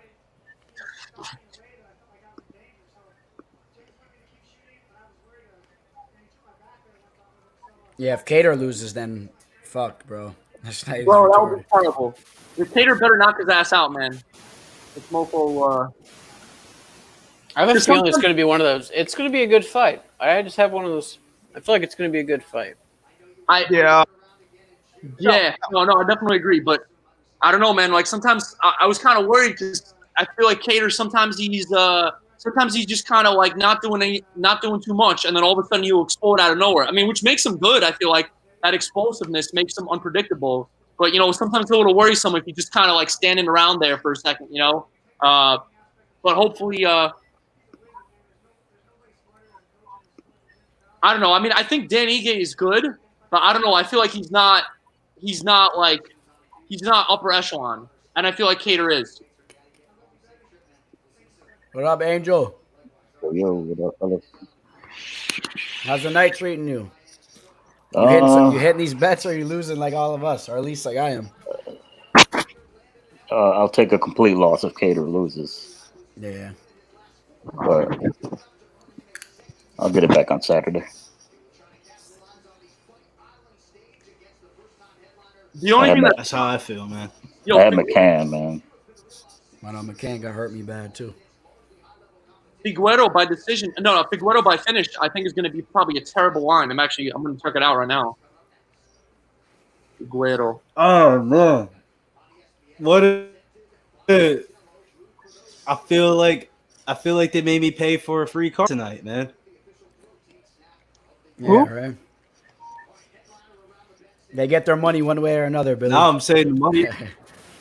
The money that I lost, I paid for the pay-per-view, man. They Yeah. caught me one way or another. Well, Dana White came out with an interview today, and he said he's like their numbers are actually doing like super, super, super well because there's no sports on right now, and he said more people are invested in the UFC than Good. ever before. He said like they're just doing great. Their TV views are up. Pay-per-views were huge. What was it, like 1.3 or 6 million on the Masvidal card? And you got to build off that. So Masvidal, even though he lost, he still raked in like all those numbers. I think 1.3 million. That's what they said. Buy. Say that? Or See, Dana's smart. by the way, Dana's smart. That partnership with ESPN really helped him out. Because like the PGA Tour, they had their tournament. It was probably one of the best playoff tournaments ever, and all the TV streams cut out for it, so nobody in the world could watch it. So, Yo, Bill, when do we have one of like the next majors coming up? Is there any majors coming up for golf? I gotta look. The way the schedule got all jacked up, but this week feels like a major. Tiger's back. Okay. DK has a odds boost. I think it's plus 250 or 300 for a Tiger to make the cut. Okay. You said plus? Plus. Wow. For Tiger to make the cut. It's an odds boost. Huh. Something to look into. I would check it out and see if your sportsbook has it on DK. Is this Tiger's first tourney this year, though, right? Tiger's first tourney this year, but he played at Expedition a couple weeks ago. But Tiger's won at this course 5 times, and he's only missed one cut from a non-major event since 2018. So it's basically free money if there is closest thing to free money. But hopefully Tiger can go out there and perform. He looked good with his little exhibition match that he had against Brady, and then he looked good out there. He started off really hot. I would say like 3/4 through, slowed down a little bit. I would say like the back little 3 or 4, I don't know, he had a little off, but he was good overall. Yo, Tiger Woods is in the longest. Yo, that's today. It says Tiger Woods in the longest tournament drive. What is it? Oh, Tiger Woods' longest tournament drive is tonight. bro, What is this? I was driving by this like fancy golf club in New Jersey, in Hudson County, and I was just thinking that like, yo, these golfers, some of them get paid millions of dollars to like drive around their golf cart. Meanwhile, you got fighters who are getting paid like 10 grand to freaking have their jaw broken. You know what I mean? Like, But you know what? Golf is such a hard sport, bro. It is. Dude, it's hard as crap, bro. It's such a people don't understand golf. I think unless you golf play is a it. tad bit harder than MMA. I would say so. I don't know. Well, it's different, but golf, bro, it's so like, dude, you have to have your mental state there. Like fighting, bro, like yeah, it helps to be in like the right mental state. But dude, if even on your off day, bro, if you really have it in you, bro, you could step in there, you could throw your shots, dude. Sometimes if you're off on a golf day, bro, like how do you even get your head back? Like you can't. All your mechanics, it's all out of it, bro. You got to take a bunch of Adderall, bro. No, just Adderall, kidding. maybe. I don't know. Maybe you overthink though if you're on Adderall. I don't know. You just start seeing this shit in I slow would motion. not want to be on the court. You know what? Sometimes, bro, when I have a couple of drinks of tequila and I smoke a little bit, sometimes I golf really good, but then sometimes I play horrible. Then also, it's just every time is different, bro. Yo, sometimes if I don't play golf for like 5 months, I go on the course, I play amazing. Sometimes I play repeatedly week after week after week, and you're supposed to be better from practicing. But then sometimes I just have days where I'm worse than I was the day I just came in 5 months off the couch. It's so weird, bro. Golf. Yeah. Yo, so by the way, tell her I worked at. Oh no, so go ahead. I think someone else was saying something. Yeah, no, I never. Will Salinas was trying to tell you about Valentina Shevchenko. Hey, man. That's done. Well done. Yeah, I never played golf. That was what I'm trying to say. Yeah, I never played It's golf. a hard game. It's a hard game. Well, it's fun, though. You know what's cool about golf? It's one of the only sports you could play where you can go out there with your boys. You could bring whatever, a case of beer, a bottle, whatever, smoke, whatever. And you can go out and just hang out. Like, it's like a getaway, man. By the time you finish 18th hole, maybe you stop at the bar on the way out. And then by the time you get home, you already had an entire day, bro. Your whole day's lit. You smoked a cigar out there. The whole time you're out there with your boys, whatever, you're all laughing. Like I go out there a lot with my dad, my uncle, my brother, some family friends. We go out there and it's a blast. It's like, that's my getaway, man. Golf is the best. Dude, tell her. Actually, one of the guys I used to work with, he was not a lackey. What is that called? A caddy. A caddy for like a lackey. A lackey, yeah. Basically, that's what it is. So he was a caddy for like this really fancy golf club in New Jersey, man. And bro, he met like Eli Manning. He caddied for him. All these people. And he met like the guy who was like the son of the dude who owns like Utz potato chips or something. And he said the guy literally all he does all day is he just plays golf. Like he's just so rich that he just goes every day. He goes to the golf course, plays golf all day, and then that's it. That's his life right there, man. That's his work rate, man. Plays golf like five times a week, bro. That's one way to do it. Hey, Yeah. rookie fan, you still here, bro? I don't know if he's still here. I think he went away. Dude, I was looking at the Oh, no, he's Figueroa about the Figueroa Hold on, line brother, against wasn't sure. what I was eating. What do you got over there? You got some of that up north food? What's it called again? What were you guys talking about? Nah, you picked it up at the Sea-Town? Some candy for real. Philly cheese from the Sea-Town? What's that? I said, what'd you pick up? A Philly Yeah, right, cheese I from the wish. Sea-Town? Damn, I Ega's said, I pumped. wish, bro. I wish. Yeah. Nah, I don't really eat cheesesteaks too much no more, but you know what I Mm. mean? They banging up here, but they're pretty much the same everywhere, bro. Yeah. I don't even like cheesesteaks anymore as many times as I had it, to be honest with you. It's Well, like you gotta a find a spot that makes pizza rolls. Now that's what you what's gotta that? find. What Pizza song rolls. is Cater coming out to right now? What song is that? Oh, Is house. What's it called? No, the Animals. The Animals. No, it's called what is it called? House of the Rising Sun, I think, right? Yeah, but what's the name of the band? It's the Animals. Is it? I'm gonna have to look it up. I think it's the Animals. What is it? Yeah, you're right. You're right. I got my muted. Oh, Cater, that's it, bro. The line just got juiced, bro. He came out to the Animals, minus 500. That's it. Really? You don't lose.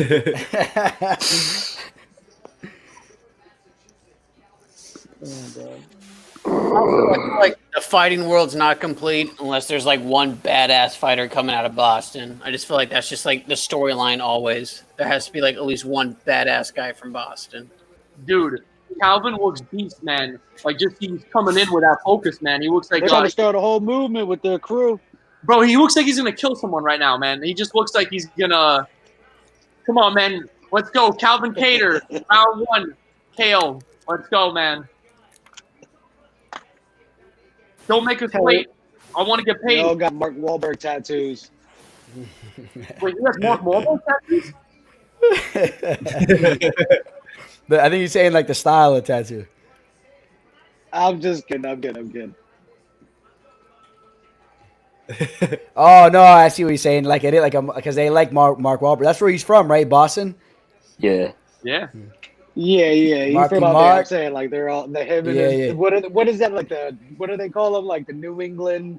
The cartel. something? The cartel. Yo, They're but they like, got that's a gym, bro. that's it. Him and Rob Font are the real deal, bro. That's what I'm Rob- saying though. But I mean, like they're no joke. Nah, don't get it twisted. I'm not in no way disrespecting them. I'm Yo, just don't be busting balls. disrespecting Marky Mark on the companion. You know what I'm saying? Like all of a sudden somebody comes, yo, Mark want to talk to you. I'm like, yo. Yo, I just I'll tell you remember- what, if Cater goes out there right now and makes another statement, if he goes out there and drops him in the first or second with a nasty elbow or just a nasty combination, that's it, bro. He's taking over. He's taking over the show. what's called I remember, bro, when Conor fought Floyd Mayweather, they had this like celebrity promo, and like Pete Diddy said that Floyd's gonna win, and Mark Wahlberg was taking Conor to beat Floyd Mayweather in a boxing match. I remember that. Yeah. Man, I didn't know Cater was 32. Is he 32? I know, right? I saw that too. Yeah, so he needs to start making a push now. That's it.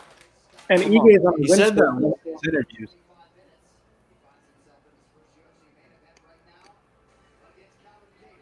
Herb not with the shits. So you know what I'm saying? Like at least you know it's gonna be fair. Mm-hmm. Yeah, I know. I'm about to not bet on any. I'm about to really look. Yes. up Yes, who's yes. the ref before I'm I about to start putting on telling these fights. DraftKings, like, yo, you need to let us know who's refing. I would like open scoring, man. That's what I want. Do they release? When do they release that? Who gets the fight? Like the day before? No, you could check before. Yeah, but when do they release it? Like the day of? You saying? Like the day before, or how far in advance? I think I have it on. I think it's a couple days. Because I know Ariel Hawani usually posts. If it changes, or do they have? They announce that? EJ's doing the Mike Tyson, bro. That's interesting. TJ says Cater's nose. You think his nose just looks like that, or you think that's from getting hit with some straights right down the middle? That's I think Jeremy Stevens broke it when they fought. Oh yeah. I think he finished Jeremy when he walked away from like the exchange. His nose looked like it got imprinted pretty hard. Yeah. So I think.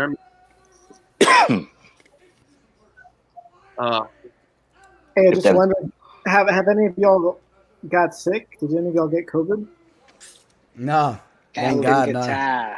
Who got it? No, Someone got but I it? know some people that did. I think the way that Jay said that, I think Jay's got it. Like, Tell us, he Jay. hits hard. I'm fighting it right now. I'm pretty sure. You got it, really? I tested negative, but I have the symptoms, bro. I can't smell or taste. Damn.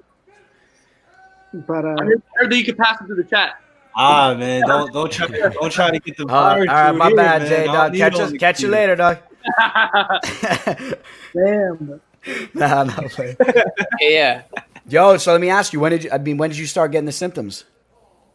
So over a week ago, last Monday. Oh, okay, that's a good sign then. That's a good sign. My fever hasn't been over 100 since last week. So. Oh, damn, you're over 100 too. All right, that's a good sign, bro. It should only get better from here. Yeah, man. I it's pray scary, for you, bro. man. Yo, where you at? On a serious note, I'm in Texas. Yeah. Yeah, I'm in Texas too. My spot's worse than his. Shit. Wow. I'm in And Houston. bro, I didn't go See, anywhere. y'all going through what got we it went through from in Jersey like 4 months ago. Woo! You gotta stare down, bro. man, Jersey 4 months ago, I was scared to even go outside, to even go to Wawa or something Word like up. that. I It was, that's how I am was right a now. trade. I was not beat. I was not beat. I had everything delivered. Mm-hmm. I mean, everything. Jay, you have any idea how you might have got it if you did get it? What does that mean? What does that mean? I think pumping gas at the gas station. From the gas station? Because I haven't been out, dude. Sodas and stuff. No way. You're telling me that you never even left the house really and you got sick? Mm-hmm. That's scary. I You be even wearing had a my mask? groceries delivered, bro. Were you around any family or friends? Nothing. I went No to way. yeah. Oh God, that's crazy, bro. Hey guys. That's scary. Maybe You got it from like a delivery? Maybe Postmates, because I did get food delivered. And did you touch the food, man? Yeah. I ate it, you know. So. Yeah. Bro, you trace that back, yo. You better let somebody know. Yo, I cook all my own food. I just run to the store, buy it. Fucking food. Or sorry, excuse my language. Yo, remember that basketball player? The one who like Rudy Gobert. Rudy yeah, Gobert. oh, that guy. Yeah. I remember touching all the microphones. That was hilarious, dude. I was like, Yo, hey, you think that's bad? What about Nicki Minaj or whatever, Cardi B? She was like, coronavirus, like as a joke, bro. Think about like when she started doing that whole coronavirus, and then like it's literally a pandemic and people are all dying, dude. It's horrible. Oh my God. Nah, man. I remember when that was first over in Italy and stuff, and I was seeing it on news over there, and I was just like, man, I don't know, man. I'm about to start playing these NBA. I'm not like on some Joe Rogan freak stuff, but I was listening to that like a few months like before it happened. I remember showing people at work like how serious it was gonna get here. Yo, and the first like, man, you're bugging. I was like, man, I had masks on deck. I had all that stuff ready. I had a oh shit bag. I was ready to rock and roll, bro. I ain't playing. The first time I saw about it was on World Star Hip Hop. They posted this video of this Chinese guy, and there's like, damn, look what this COVID thing does, whatever. And this Chinese guy was twitching out under the sheets. oh, Now we sit and wait, tell her. Yeah, we can't say anything.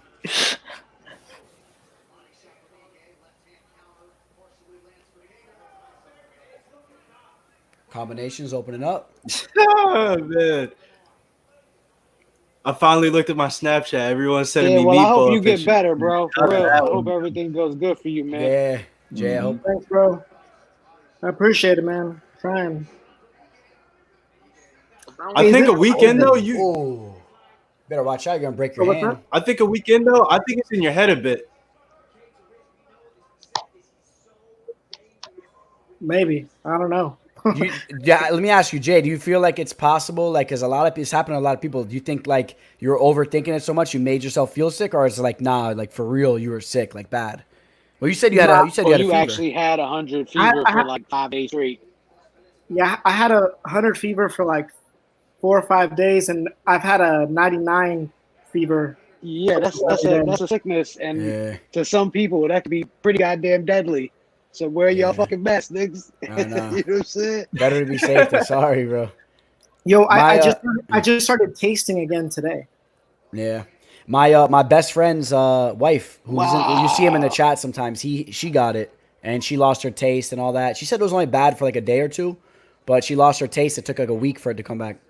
I've heard of people who have like after effects and they can't work out because their lungs are screwed. Like pretty healthy people, you know what I mean? Like you know they'll be fine, and then all of a sudden like you know they won't be fine. I mean they'll have it bad, and then like their lung function doesn't come back. So they're like when they're working out, they're huffing and puffing. You know? See, but that's so weird because some people get it too, like, and they have no problems breathing at all. Like my friend's wife didn't have anything with breathing. It was just fever and taste, and like you know like feeling weird. How do you think it will affect the NBA players? What's that? I was saying same for me. How do you think that will affect the NBA players? Try again. Everybody in New Jersey thought they had it. I can't take both of you guys. Oh, let's go. Dude, he's coming in for the kill today. What'd you say, Jay?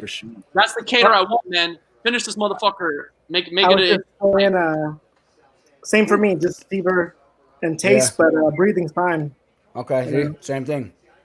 Yeah. I know, like, Brendan Schaub had it, and he picked it already, dude. Are you a smoker? Nah. You mind me asking? Yo, I saw this weird. You know, Joe Rogan was like talking about Brendan Schaub having coronavirus. I saw this weird comment where someone was trying to like shit on Brendan Schaub. And the other guy, you know, the other guy who's the guy from Hangover. He was like in the movie Hangover. He's like another comedian. I forgot what his name is, but like they were saying some weird shit about like Brendan Schaub. Now like they were really going in on him. Like I don't know. Maybe I'll post like the comment in like the private chat so you guys can see what I'm talking about. But like I don't know, it was weird. I don't know if it's true or not, but it seemed kind of weird. I'll check it out. Yeah. I listened to Schaub's podcast and stuff, and a lot of his fans turned on him because he was preaching about, you know, just being smart about it, and he was going against his own judgment. You know what I mean? Yeah, he definitely downplayed it a lot. I'll agree with He mentioned like going on a bike ride without a mask on, you know, in public with the virus, knowing he has it already. Wow, that's crazy. So that was the last straw with a lot of people. They started bashing him. Yo, wait, what happened, Angel? Angel, what happened? I caught the end of that. Long story short, he was just preaching about how people, you know, should treat it, you know, seriously and be smart about it.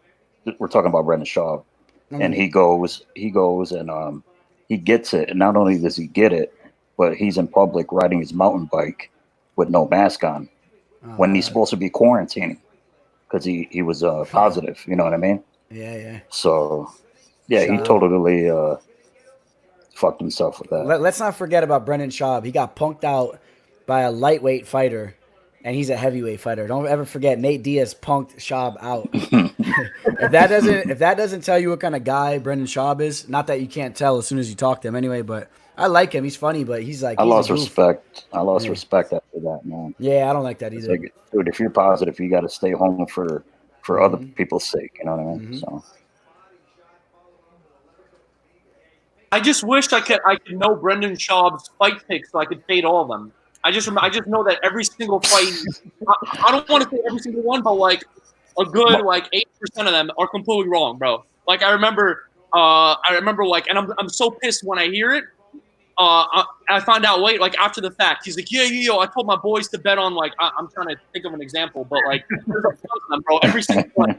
He's like, yo, this guy got this. This guy got this. And I'm like, Yeah, he's an idiot. Before, Yeah, bro. I just heard him say that like MMA is the hardest sport to bet on. I don't know, man. It's only two guys, so you know. It's out there.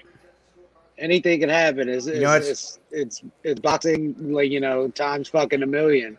You know what's crazy, man? MMA back in the day used to it was easy money back in the day, man. You should have seen the lines. Like, even if you go back, I was gonna say, 6-7 I'm years sure ago, back in the day was probably insane. it was crazy. Nowadays they're so on top Really? of stuff. Like if you knew your stuff, if you were like I into thought you were watching talking MMA, about like Tank Abbott days. well, even back then, that's crazy. Then it was like, but I'm saying even like say like UFC like 80, UFC 90, back then, UFC bet on 100. 'em.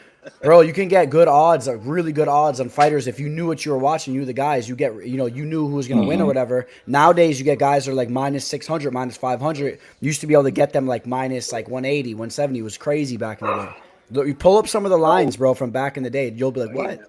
We got to look at the volume coming in too now, like how much the industry's grown, especially the betting evolved. industry, and like how much like how much information you get now and how much that There's a persuades. big monster symbol Yo, in the middle.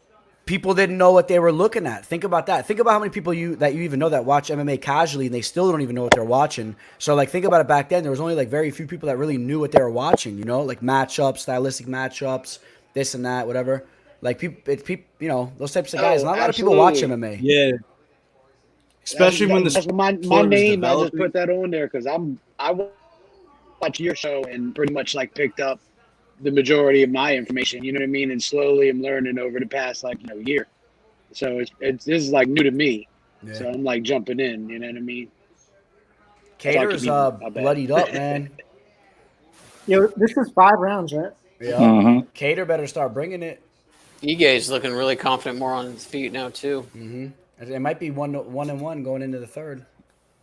You know it's real when the sports book lock it. Oh yeah, some information came in, right? They're adjusting the book. Yeah, some They're information pulling out their came notebooks, like writing stuff down. I was gonna say that we're watching like a to my mid friend about delay. this. Vegas is way ahead. Look, we knew this was happening. Bang. Exactly. I was talking to my friend about this. Greasy Theory, do you think Vegas has a stream of fight way quicker than we do? I don't know. I used to think about that too. I used to think if they have people that's in the arena, the best way to do it, think about it if you're in the arena, bro. Yeah. I was reading that some people do that, and then the sportsbook will They try have to be able to what's the throttle your output. You know what I mean? Like out of that building, maybe they'll be able to like slow anything down, any input going out. Yo, because they'll do anything. They'll pay millions to get stuff done. Yo, you guys want to hear something As far crazy? as Vegas is concerned. When I was betting on Tyler Santos, it didn't let me put in the bet. Like I had to do it 10 times until it went through. Like it didn't let me pick her money line, and this was like 5 minutes before the fight. Like I just kept trying to click. Eventually it went through, but like I was like, I thought that maybe it had started, and they were like, I don't know, they didn't want me to bet on her or something. So it was wacky. That's why a lot of people left DraftKings. I watched. Are you guys at the end of round one? Like DraftKings had like bots and everything because you have to fill up your lineup, but then DraftKings is shady though. Yeah, that's why a lot of people left that. Who do you guys have winning that round right there? The round just ended. They have that live betting, close. and with That was the close, live betting, right? they change the Maybe times EJ, I and they think. freeze stuff. That was Cater came with that flying knee and tagged Missed him it up a little though. bit. He missed it. I just saw the That's how replay. Ige Yeah. Current line is minus 250 Cater. I got a 1-1 right now. Thought Ige took that one. I think Cater would have beat Zabit if it went 5 rounds. I do too. I think Jeremy Stevens would have too. But I mean, could Zabit would have been more prepared? I mean, he said last fight he's going to be more prepared for a 5-round fight. He did say that last. Again, I mean, it just could be talk, but he said that he's not going to let that happen again with him gassing out. Yeah, it was probably talk because it wasn't 5 rounds. No, because he said afterwards, like after the fight, I was just rewatching it. He was like, I don't like. He's like, I'm never going to let this happen again. Yo, look at Cater's cardio, bro. If you don't realize right now, I'm telling you, this guy's fit, man. He's not He has even a breathing good- heavy at all, bro. He's breathing like he's just sitting at a desk. It's crazy. He has a good body for MMA. Like I like that frame. That's a really good frame. Yeah, very strong, but not too much, not too muscle bound. Nice length, nice reach. So out of all those guys from the New England area, my buddy raves Randy Costa the most, man. Costa's a beast. He says that dude could be something real special. He has that nasty finishing power. Yeah, you guys saw Costa. The hitting, Zohan. You saw Costa hitting. What's his name? What's that guy's name? Who did he hit? He upsetted somebody. He was an underdog. He knocked somebody out. Uriah Hall? I was at the last fight. No, they're His different weight last fight. classes. What fight was that, Angel? I'm trying to think right now. Because it wasn't Uriah Hall. He's not a No. middleweight. Costa's a No, it lightweight or a wasn't. featherweight, I think, right? Lightweight? Yeah, it wasn't. Yeah, Featherweight. You're right. Did you guys? You're right. It's too big. Yo, did you guys see him like punching Jake Paul? That was fake. You know that, right? Like, I don't know if you guys saw that. Like Jake think I Paul, saw that. Paul, whatever. Yeah, dude, that was fake. If you put it on split screen, like he doesn't even hit him or something. You know what I mean? It was like a No, fake of punch. course. Yeah. If you're talking about the video that I saw, of course it was fake. I guess he would have knocked Jake Paul's head. By the way, that guy had good wrestling. Jake Paul or Aaron Paul, whatever the hell his name is. Yeah, he was multiple-time state placer. Yeah, he looked good. He looked good on the grappling. He boxes too. He has some boxing matches. I see him. Yeah. I guess he has a big YouTube following. People like him. Yeah, he's fighting these YouTube celebrities, bro. Smart, making much of money. Yeah, It's gonna be like me versus Kelleher, bro. That's what I'm trying to work on right now. Teller versus Kelleher, baby. We're selling wolf tickets. What's the line on that one? Oh, you know what it is. Teller Minus minus 500. 300. Teller 300. I'll take 300. Oh, I'll take 300. You gotta fight Joe Rogan. Joe Rogan. I don't know about Joe Rogan. It would be hard for me to take Joe Rogan out. I got a lot of respect for him. Bro, he's like 100 years old. You gotta knock his ass out, man. You know Joe Rogan can fight though, man. Black belt in jiu-jitsu, black belt taekwondo. He was gonna fight somebody a while back, right? Wesley Snipes, the movie star. He was going to knock out Carlos Mencia too.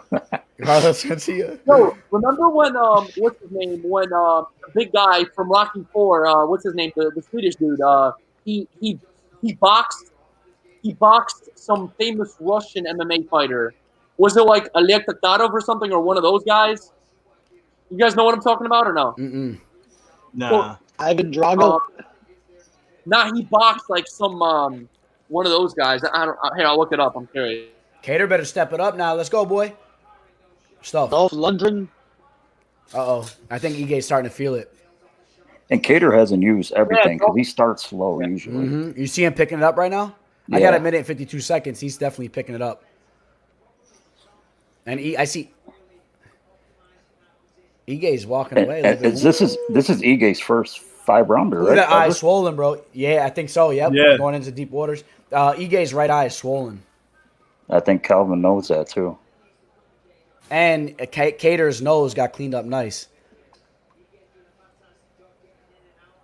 I mean, I'm sure he's still feeling it, but Ige looked like he was swelling in the first too. It's been a work. It looked like he was swelled up when he got in the octagon. Yeah, he kind of Somebody roughed him up in sparring. That jab, you know what? That left jab is connecting, bro. It's hard to like really see what it's doing to him.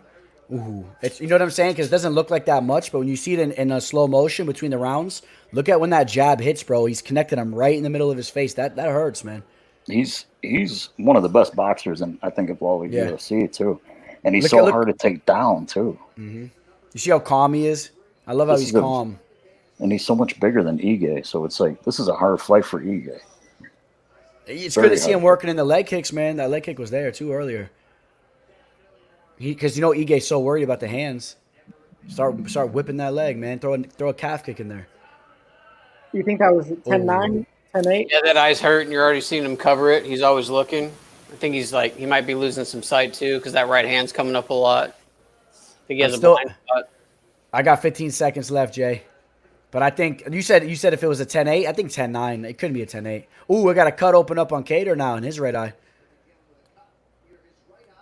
Damn. So it should be 2-1. It should be 2-1 Kattar.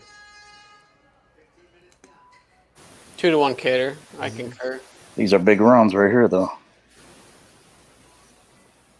Swear I think that these late rounds benefit Kattar. Oh yeah, I think so too.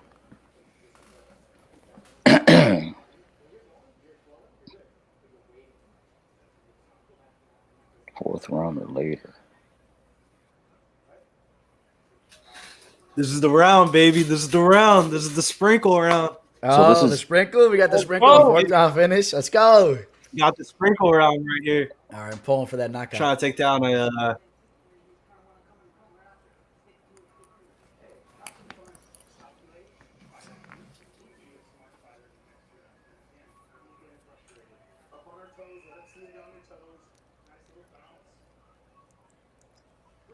Damn, Jay. TJ Kill got mad at you, brother.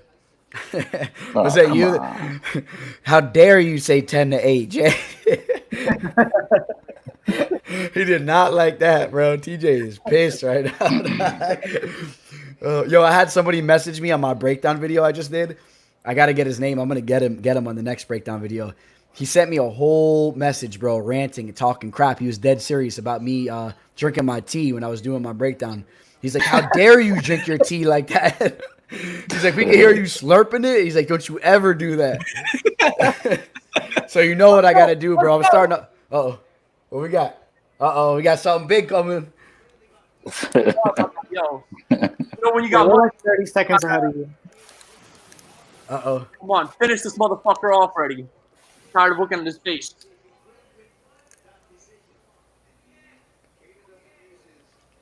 Ars, what time you got? I got 3:40, bro. Okay. So I'm coming up to whatever you just saw. Let's see.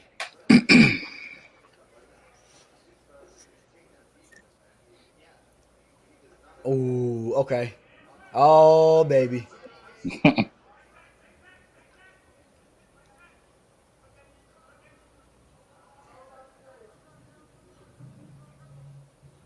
Elbows. Dude, I think I would take Kattar over Zabit in a 5-round fight. I really would. Me too. Zabit's been out for a while, too. It's like a year coming up. Yo, he's still running on that treadmill, bro. He's working on his cardio. He's running the marathon. Off of DraftKings. What about that Russian from earlier today, though? Oh, the guy from Sweden. Where was he from? What was his background? That guy is he? I thought he was from Dagestan. No, is he wasn't? Dagestani? Well, he's from. He moved to The one Sweden that when he beat was a Phillips. kid. Yeah, but what I wonder is he Dagestani? I don't know. They kept saying something like that though. He might be from. I thought I heard where he was from. Well, I think he's all right. He's pretty good. Oh, he's good. Come see. You look like a beast. A mini Khabib over there. I was feeling real confident.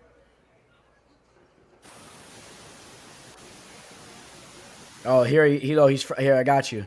He's not from Dagestan. He's from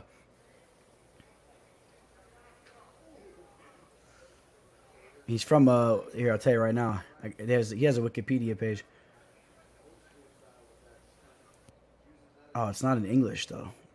Hold on, let's translate it. He's on this. Oh, he's Chechnyan. That's what I knew. It was a different one. Chechnya. Yeah, to say that. Yeah, I was about to say that because I could tell by his nickname. That means wolf in like Chechnyan. Okay. You know the reason I know that because there's this other Chechnyan fighter with the same nickname. It's like Boris or something. Come on, Kattar.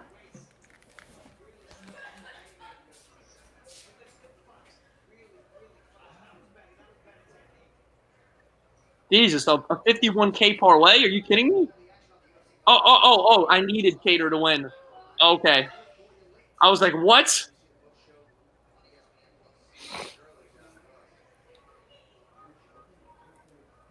I ain't gonna lie though, even though tonight went bad, the Kama Worthy play, I'm still up from that, so everything will be good.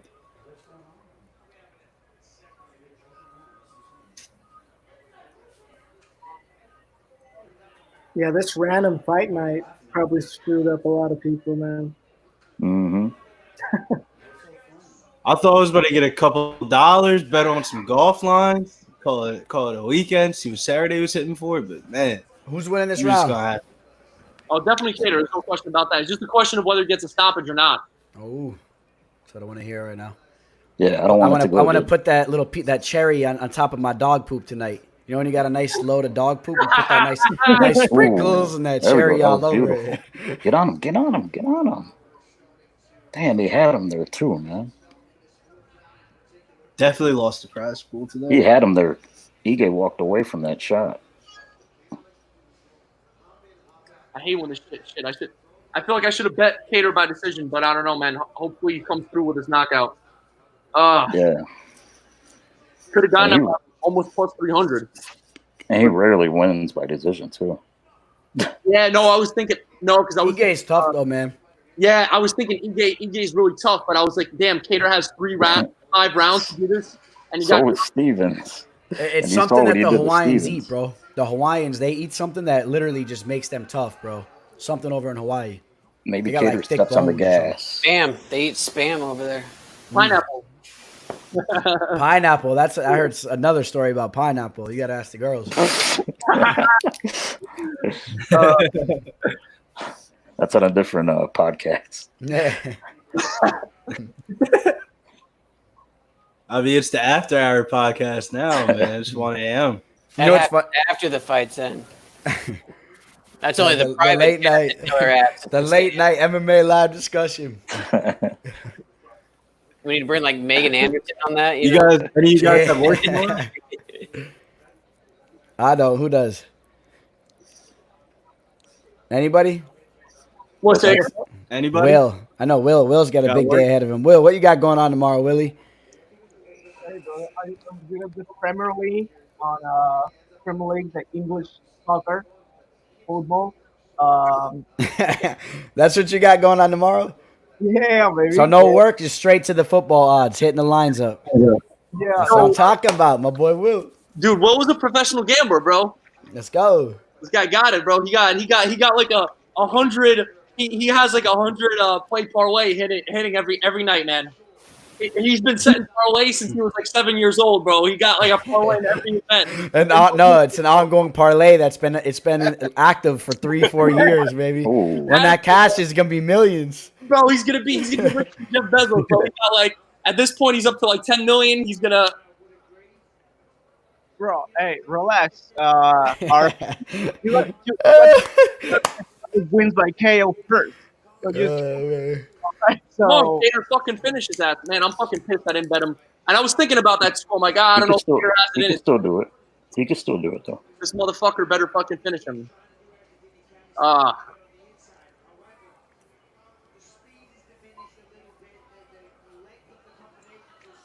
Yeah, that's one thing I was concerned about is like the killer instinct. I felt like I don't know if Kattar ever if he's just too patient sometimes. Bro, I think that Ige is extremely tough though, bro. That He's is never true. been finished. I'm telling you, I wasn't joking too about the Hawaiians, bro. I'm not even joking. No, I know, bro. I'm saying that They're too. legitimately like on average, they have like some granite They are. chins, bro. All of them. Bro, I They're was like- thinking for days about this play. For days, I was like, "Yo, is Ige too tough? Is Kattar too good? I don't know." Fuck, man. Like even when they lose, they're tough. Like Medeiros, like Yeah. these dudes take punishment. It all started with Cabbage Coeda. Remember Cabbage? Yeah, I remember Cabbage. You could take a bat and just whack him upside his head, bro, and he would just be like rolling against the He'd cage. just- yeah, he'd just keep never coming. go down. You cannot shut the lights off. Max Holloway, bro. Come on, Oh, Max yeah. Holloway's chin. Remember that Dustin Poirier fight, bro? He was like I'll never forget that Pez Dustin dispenser, Poirier bro. His head how was just much like damage opening up Max little Holloway did to candies. Dude, bad. It was bad. And then you just saw how much bigger Dustin Poirier was than Max Holloway. You're Oh, like, shit. "What are you doing in here, Max Holloway? Like, what do you got to prove?" It's like Max Holloway could get like 5 shots off, but Dustin just hits him with like a 1-2, and you're just like, "Oh, who just took more damage out of that?" It was Dude, Max Holloway almost got stopped in that fight, man. Like I remember the first round, he almost got stopped. He got tagged. A lot of big shots. Holloway's never been finished by strikes, right? Only by submission. Yep. Dustin Poirier submitted him. Yeah, that's what I'm saying. But he's never been finished by strikes. Nope. That's crazy. I just remembered that too. So they fought that first time. I forgot about that for a second.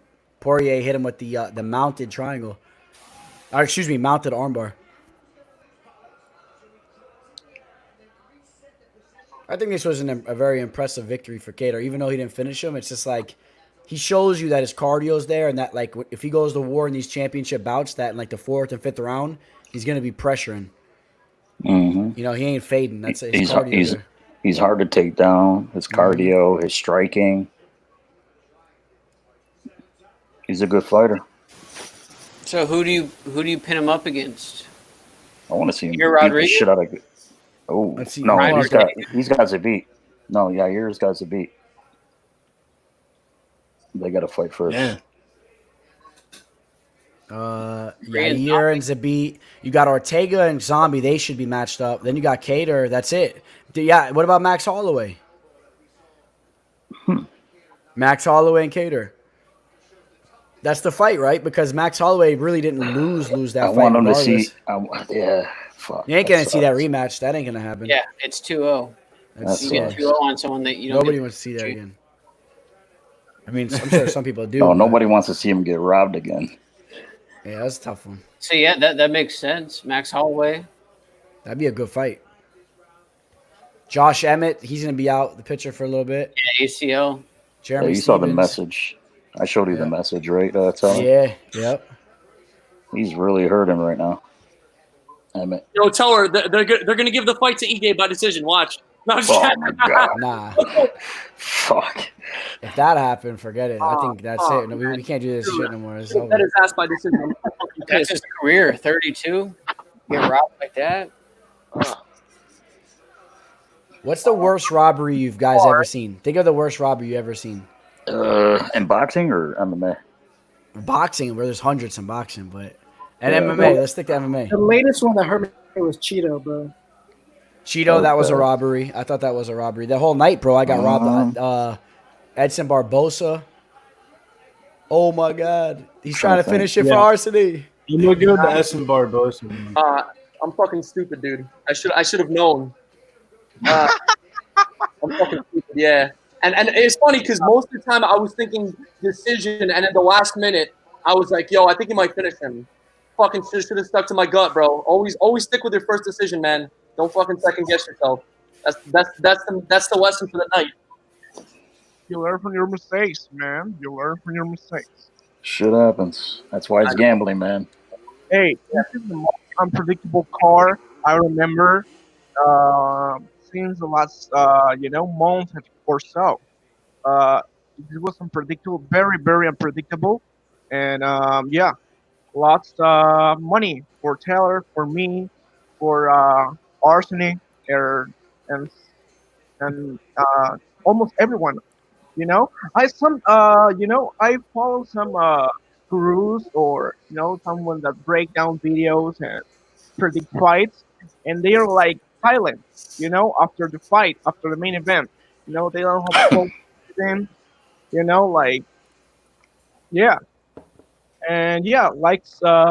Like betting your house or betting like your full bank account into one fighter. It can screw you very much, very, very much. Well, me and Arseny, we're planning a trip to Vegas in about 8 months, and we're mortgaging the house. We got a lock, so sometimes it pays off, Will. Now, we're mortgaging your house, bro, not our house. Tell her to answer your question. Like the worst judge's call, I think, that I remember, probably had to be the GSP Johnny Hendricks. GSP's like retirement fight, because I feel like everyone thought Johnny Hendricks won that fight. He beat. I had GSP winning that fight 3-2. Maybe we'll watch that fight. Maybe we could do like a video where we watch it and we score round by round. Yo, I think that GSP took a lot of damage early in that fight, but if you did like a by round point system, I had GSP winning, edging out 3 rounds. But Hendricks hurt him bad. He bloodied him up. He did all the damage. Yo, I respect it though. I looked it up. Number 1 is Bisping versus Hamill. That's what Topology has. Bisping versus Hamill. What about Diego Sanchez versus who was that? Remember Diego Sanchez got robbed? Was it by Ross Pearson? Well, Sanchez versus Campman. Is that what it is? Maybe that's what it was. No, I it remember. says Sanchez wins by decision. So no. So it would have Yeah, it could have been that one. Campman won. Did Campman win? Who'd they give it to? They gave it to Sanchez, so it's not the fight. Yeah, that was it. It was in Albuquerque, New Mexico. I'm about to look on it. It says Look if that card was in Albuquerque, New Mexico, because Diego Sanchez, they gave him a fight one time that he got destroyed in. I think it was in Albuquerque, New Mexico. If it wasn't the Campman fight, it was Ross Pearson. No, somebody. in Louisville, Kentucky. That's what it said. Really? So maybe. So I'm looking right now. Sanchez versus Pearson, bro. Sanchez. Yeah. Who did they give that fight to? He beat Pearson, right? Yeah, they give it to. Yeah, he lost that fight. That was one of the biggest robberies. Look at Ige's face. He looks like Joanna, bro. Worse than Joanna. I thought the Ian McCall, Demetrius Johnson, when they fought to start the flyweight division, I thought Ian Johnson beat Demetrius Johnson in that fight. Oh, Ian McCall? Yeah. Yeah. That was a close one. You ever see that? It got ruled a draw, but I was like, Yo, did you see that Bisping versus Matt Hamill fight or no? I saw it. Yeah, that was back in the day Was for it a sure. robbery with that? I can't remember off the top of my head, though. I definitely saw that fight, though. Damn, Bisping was fought at light heavyweight in that one. Yeah. That was a light heavyweight fight. He used to fight at light heavyweight for a while. He fought, didn't he fight Rampage or who did he fight? Did he get bigger over the years? Because I thought he was leaner when he was younger.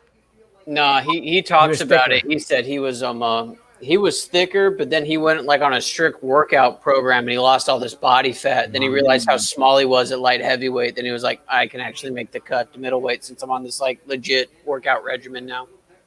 He probably was on a horrible diet. He was eating fish and chips every day, bro.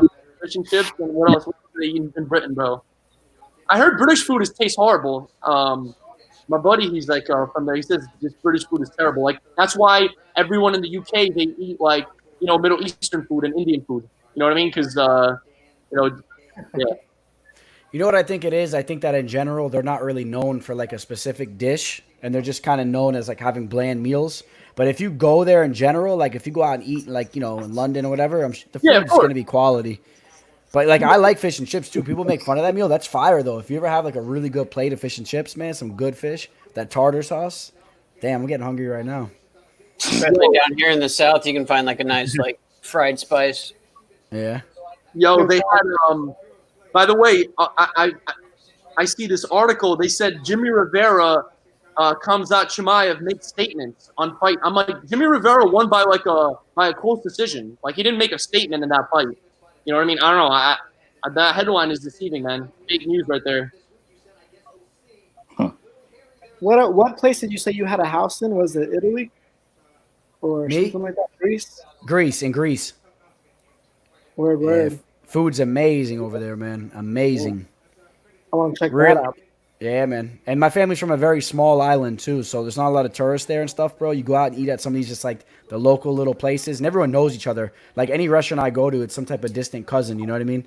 Like, distant, like, relative, like, married to somebody. Like, everyone knows each other, and the food is, dude, it's crazy. Like, the food that you're eating, bro, like, legit, like, I'll see that goat or that lamb earlier that day. Like, they'll kill the lamb that night, you know what I mean? Like, a baby lamb, and, like, sometimes for like a big dinner, like that lamb is fresh. He just got killed and it's fresh.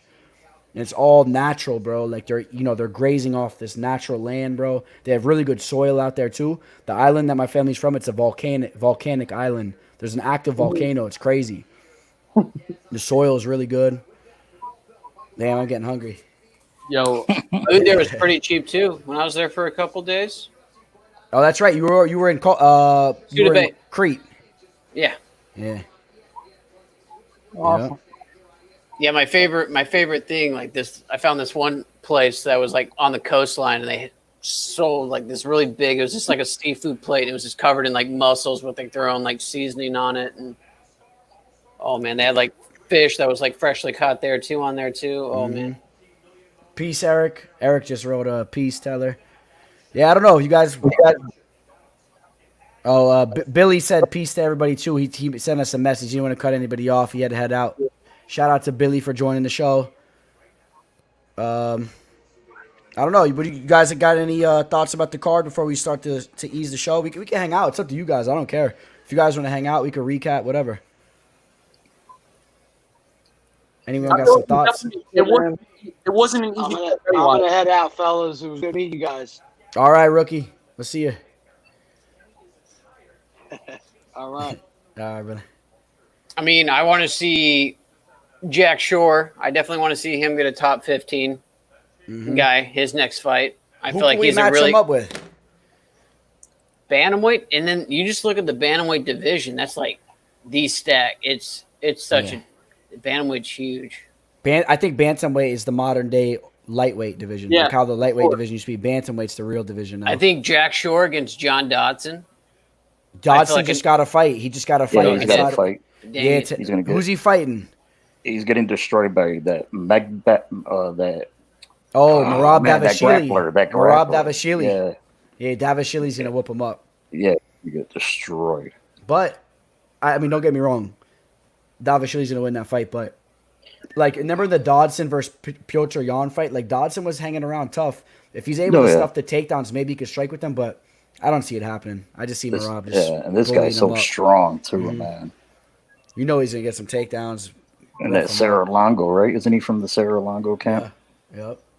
He really made a name for himself on that show. Dana White's Looking for a Fight. It was one of the first couple episodes. Oh yeah. And he's Matt Serra's boy. Yo, they still have Jimmy Rivera in the bantamweight rankings. They still have him as number 8. Well, he is a bantamweight. I think tonight was just a rare occurrence. I think he's going back to bantamweight. Oh, he's going back to bantamweight? Yeah, it was a weird situation. Whatever happened. Oh man. Yo, Rob Teller, Font? what do you think about Till versus what's his name? Robert Whitaker? Yeah, Whitaker. I got to lean Whitaker in that fight. I really haven't been impressed with Darren Till that much over the last couple of years. After what Woodley did to him, after Gastelum won that fight and they robbed him. Talk about robberies. We were talking about robberies earlier. Gastelum won that fight really? easily. I remember watching that fight. I felt like, I can't remember. I had money on Till. I swear I had money on Till. And I was like, what? I'm like, holy crap. Like, I just threw a couple hundred live on Bovada just to mess around. And I was like, damn, I just lost that bet. And then, I don't know. I think you know what we'll do? I think you can pull Tapology and see what the fans voted on each fight. Yep. That's the one way to do it. You should do that. That's actually a cool way to pull it up. Let's see. I'm looking at the next weekend's fights and Jack Hermanson, Kevin Gastelum. I was pretty high on Hermanson until he got starched by what's his name, the guy who Anderson Silva just lost to, Jared Cannonier. Okay. Yeah. I thought he was legit. I thought he could maybe challenge for the title, but guess not. Yeah. I don't know if I'm looking at this correctly. How do you see, like, I think this is beforehand though, but it says 72% Gastelum. But I want to make sure. No, I don't think that's it. I want to make. Let's see. Yo, Teller. By the way, when I was watching this upcoming fight, you got Ariane Lipsky fighting, and I saw her fighting. What was it like? When I was watching tape on McCann, I think McCann beat Lipsky, right? I'm trying to remember. Yeah. How was Lipsky a Brazil? Because during that fight, when she was coming in to the weigh-ins, not to the weigh-ins, when she was coming out to the fight, you know how they have those like little bullet points? They're saying that they were saying that Ariane Lipsky is like a Brazilian Muay Thai champion. I'm like, after watching her fight against like Molly McCann, she got her ass whooped. I'm like, how is this girl a Brazilian Muay Thai champion? Like Lipsky? Yeah, like I don't know, man. Like I wasn't impressed by her at all. I feel like she was hyped up, bro. She's hot. Yeah, that's what I'm saying. But they wrote Brazilian. Like I understand if they just wrote hot Brazilian fighter. I'm like, okay, but they wrote Brazilian Muay Thai champion, bro. And I was like, oh shit, like, yo, she's legit. She's a Muay Thai champion. Like I took that seriously. Like I didn't have any money or anything like that. But like well, I'm like, Lipsky. And then all of a sudden, just McCann embarrassed her, man.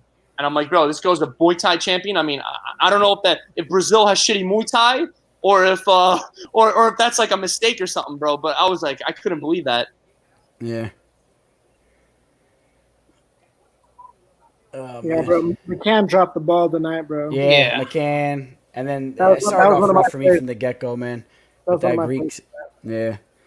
Well, hey, boys, we'll be back Saturday, man. You guys get any closing thoughts? I'll shut down the show after you guys will head up, but anyone that wants to say some closing words. It was fun, man. Thanks for having us, dude. Yeah, Good time. this is always Hey, fun. Jay, I hope you feel better too, man. Let us know. Keep us up to date. Hopefully you're here Saturday. You're still kicking. I'll come through. I'll come You'll, through. you'll be fine, bro. If you should be feeling better every day. So, you know what they say? If you're having trouble smelling and with your taste buds, you should take an old piece of fish, put it under your shoe, leave it outside for 2 days, and then try to eat it and see if you could taste it. Like after a couple of days. That's some ancient Greek stuff, right? Yeah. That will spark up those taste buds, bro. But nah, don't do that. But yeah, feel better, bro. We'll see you Saturday, man. Thanks, All right, Satch. We'll see you, Satch. Yeah, yo, I was gonna say, I feel like we've been getting fucked with these Wednesday. I think there was another Wednesday card that I think we got fucked on, or I'm trying to remember. That last time that it was a Wednesday card, was it a profitable night? I don't even remember. Let me look it up. I'm actually curious. I think it would have been because I went on like that 12, 13 card win streak, and I don't. And then so I'm assuming that Wednesday card was like I think in the midst of that because I know these cards that I've been Oh no! Oh yeah, that was the no, that was a great card actually. That was Drew Dober, Hickey Simone, and who was the third guy? What was the other play on that card? Was it Brian Kelleher or no? Hell no. I would never take Kelleher. Actually, no, you know what? No, I picked Kelleher to win that fight. That wasn't an official play, though. I did pick him to knock out or to win against Hunter Azor. That wasn't a play, though. Was it Omar Morales? No, it wasn't Omar Morales. Yes, it was. Yes, it was. Omar Okay. Morales. Yeah, it was 3-for-3 night that night, too, man. Yeah, that was a nice But night. some of the nicer nights, it's good to reminisce on those nights like Bro, these. Well, you know what? Hey, we're bouncing back Saturday, man. Saturday night. I know. I'm just mad, bro. I didn't go with my. You know when you second guess yourself and then you end up fucking yourself because you second guess yourself. Oh, it happens, bro, in this game. Hey, look, I mean, you only have 1 or 2 choices every time, so you can really kick yourself almost about, a lot of fights you can kick yourself about. It happens. Yeah, no, I know what you mean, but yeah, man. We got any parting words? I'm gonna shut the show down. Yeah. I'm gonna have to go heat up some fried pork. I'm gonna fry it up. But Saturday night, Ars, hope we have you back. for sure, dude. I'll see you guys on Saturday, bro. Oh, I'm sorry, Thursday. Tomorrow night. Tomorrow night I got Michael Trezano if anyone wants to come on, but yeah, well, Yeah. All right, brother. We'll get the spoilers on Saturday from Will. Yes. What's up, Will? You got any parting words for us? Yeah, baby. Yeah, I just want to say that see you guys. Those who lost money tonight, I guess that we're going to bounce back this Saturday and yeah, just to recover part from the betting today that I lost my 2 out of 3 bets, You had a and rough night too, man. I had a rough night. A lot of people had a rough night tonight. I see in the comments. I mean, I'm sure a couple people hit, but a lot of dogs spoiled some people's parties. yeah, and just to tell in general, I mean the card was incredible. I mean nothing but to hats off to the UFC to play these amazing cards in a fight Fight Island. It's crazy. Over the US maybe there are not as much sports, but globally there are a lot of sports that are playing even in pandemic situation. Like English, there have Denmark, you got Asia, you got any other countries that there And are what kind of sports are you talking about, Will? Football? Like soccer? Yeah, soccer. There soccer mostly that I know. Soccer and other sports that play over the world.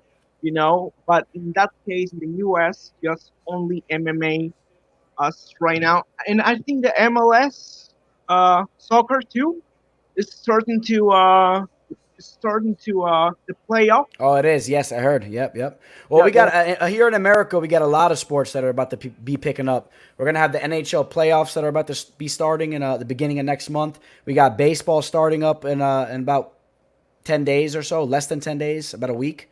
Basketball is going to be picking up. So we're going to have a lot of sports. And then American football is going to be picking up too.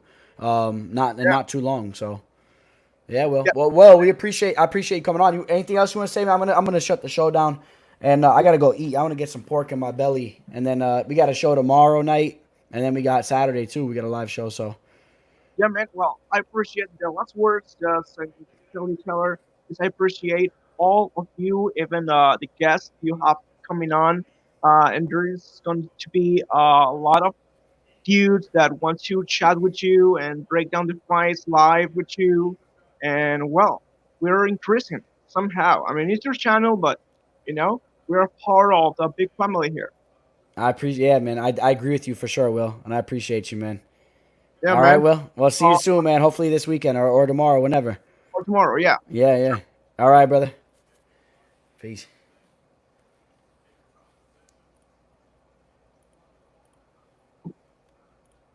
All right. That boy Will helping us cap off the night. And, yeah, man, it was a rough night for me over here. I think it was a rough night for a lot of people from what I've been seeing. A lot of underdogs hit. We had a lot of underdogs hit on this card. And then, of course, the couple underdogs that I targeted didn't want to come through. The night started off very, very poorly for me. I really didn't like the way it started from the get-go with that whole situation with Andreas Michailidis. That was weird, man. I thought he was looking great winning the beginning of that round. Controversial elbows to the back of the head. And then even then, just don't even stop the fight. Give a guy a chance to get up. But whatever, I don't want to go on about that again. I had some money on Molly McCann and Stamann too. So not a good night for me at all. But I do feel very good about this weekend's card on Saturday. So there's a one fight in particular that I'm targeting big time, and I feel really, really good about. So you might see a major play from the teller this upcoming Saturday. Keep an eye on that. I'm talking about like a giant play, big time. So might be a max unit play, man, which would be an 8 unit play for me. So stay tuned to see how that goes. And if you're interested in it, let me know. But there's a couple other plays I'm targeting. And we'll get these cards grinding, bro. It's all about making money long term. I hope you guys all did good throughout the card. I hope you guys enjoyed the show. And yeah, man, I really didn't feel good. Really didn't feel good about this card as it was playing out from the first fight. Tomorrow night, MMA live discussion. I believe it's episode 11 now? I don't even know. Let me check that real quick, actually. I'm going to pull it up for you guys.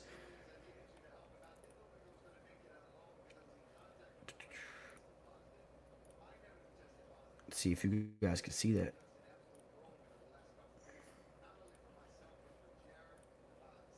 I got Michael, the Lone Wolf, Trezano. He's going to be joining us. MMA live discussion episode number 11. That's tomorrow night. Trezano, if you guys aren't familiar with Trezano, this guy was an Ultimate Fighter winner. I believe season 26. And this guy is very tough. He took out another guest that was on the show, Joe Giannetti. He took him out in the finale. And then he did have a tough loss against a very, very tough competitor who's going to be fighting here coming up soon. Grant Dawson, who's one of the proteges of a guy I had on the show, in James Krause. And this should be a good conversation. You guys, I have a couple things I'm going to be doing too, man. Make sure you tune into the show. Because I'm gonna have these little segments. For example, I got Michael Johnson's, Michael Johnson, lightweight fighter. I'm gonna be bringing his brother on the show, who I met at one of the events where Nate Diaz fought Michael Johnson, and a crazy brawl in the crowd occurred from him. So I've been in touch with him. He's gonna come on the show. If you guys want to hear him talk, he's a wild dude. I got him, and I got a couple other little MMA related segments that I'm going to be doing throughout the show. I'm going to make the show more entertaining. Of course, we're always going to have a couple fighters pop in and out. I got some young prospects, some Bellator fighters are going to be popping in and out throughout these episodes. So even though you see like Mike, the Lone Wolf Trezano, he's the featured fighter on the show, don't get it twisted. I'm going to start, popping things out to you guys spontaneously. So stay tuned for that.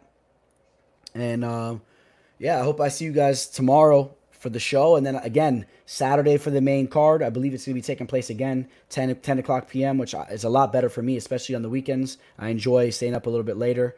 So that card, like I said, man, you're going to see probably a max play from me, an 8-unit play on that card. I'm going to come back strong on that card. I have a very solid spot at great odds. Great odds. So stay tuned to see what I'm talking about and watch me cash that play.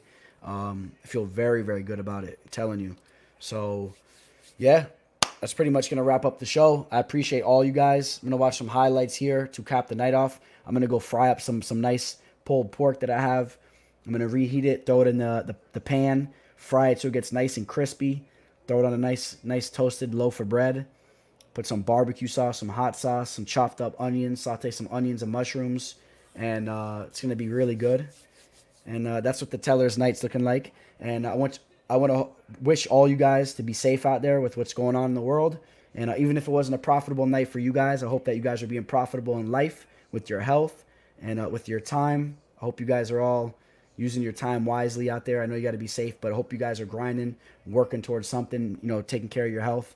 And I wish you guys all a good night, all right? I'll see you guys tomorrow night. Signing out.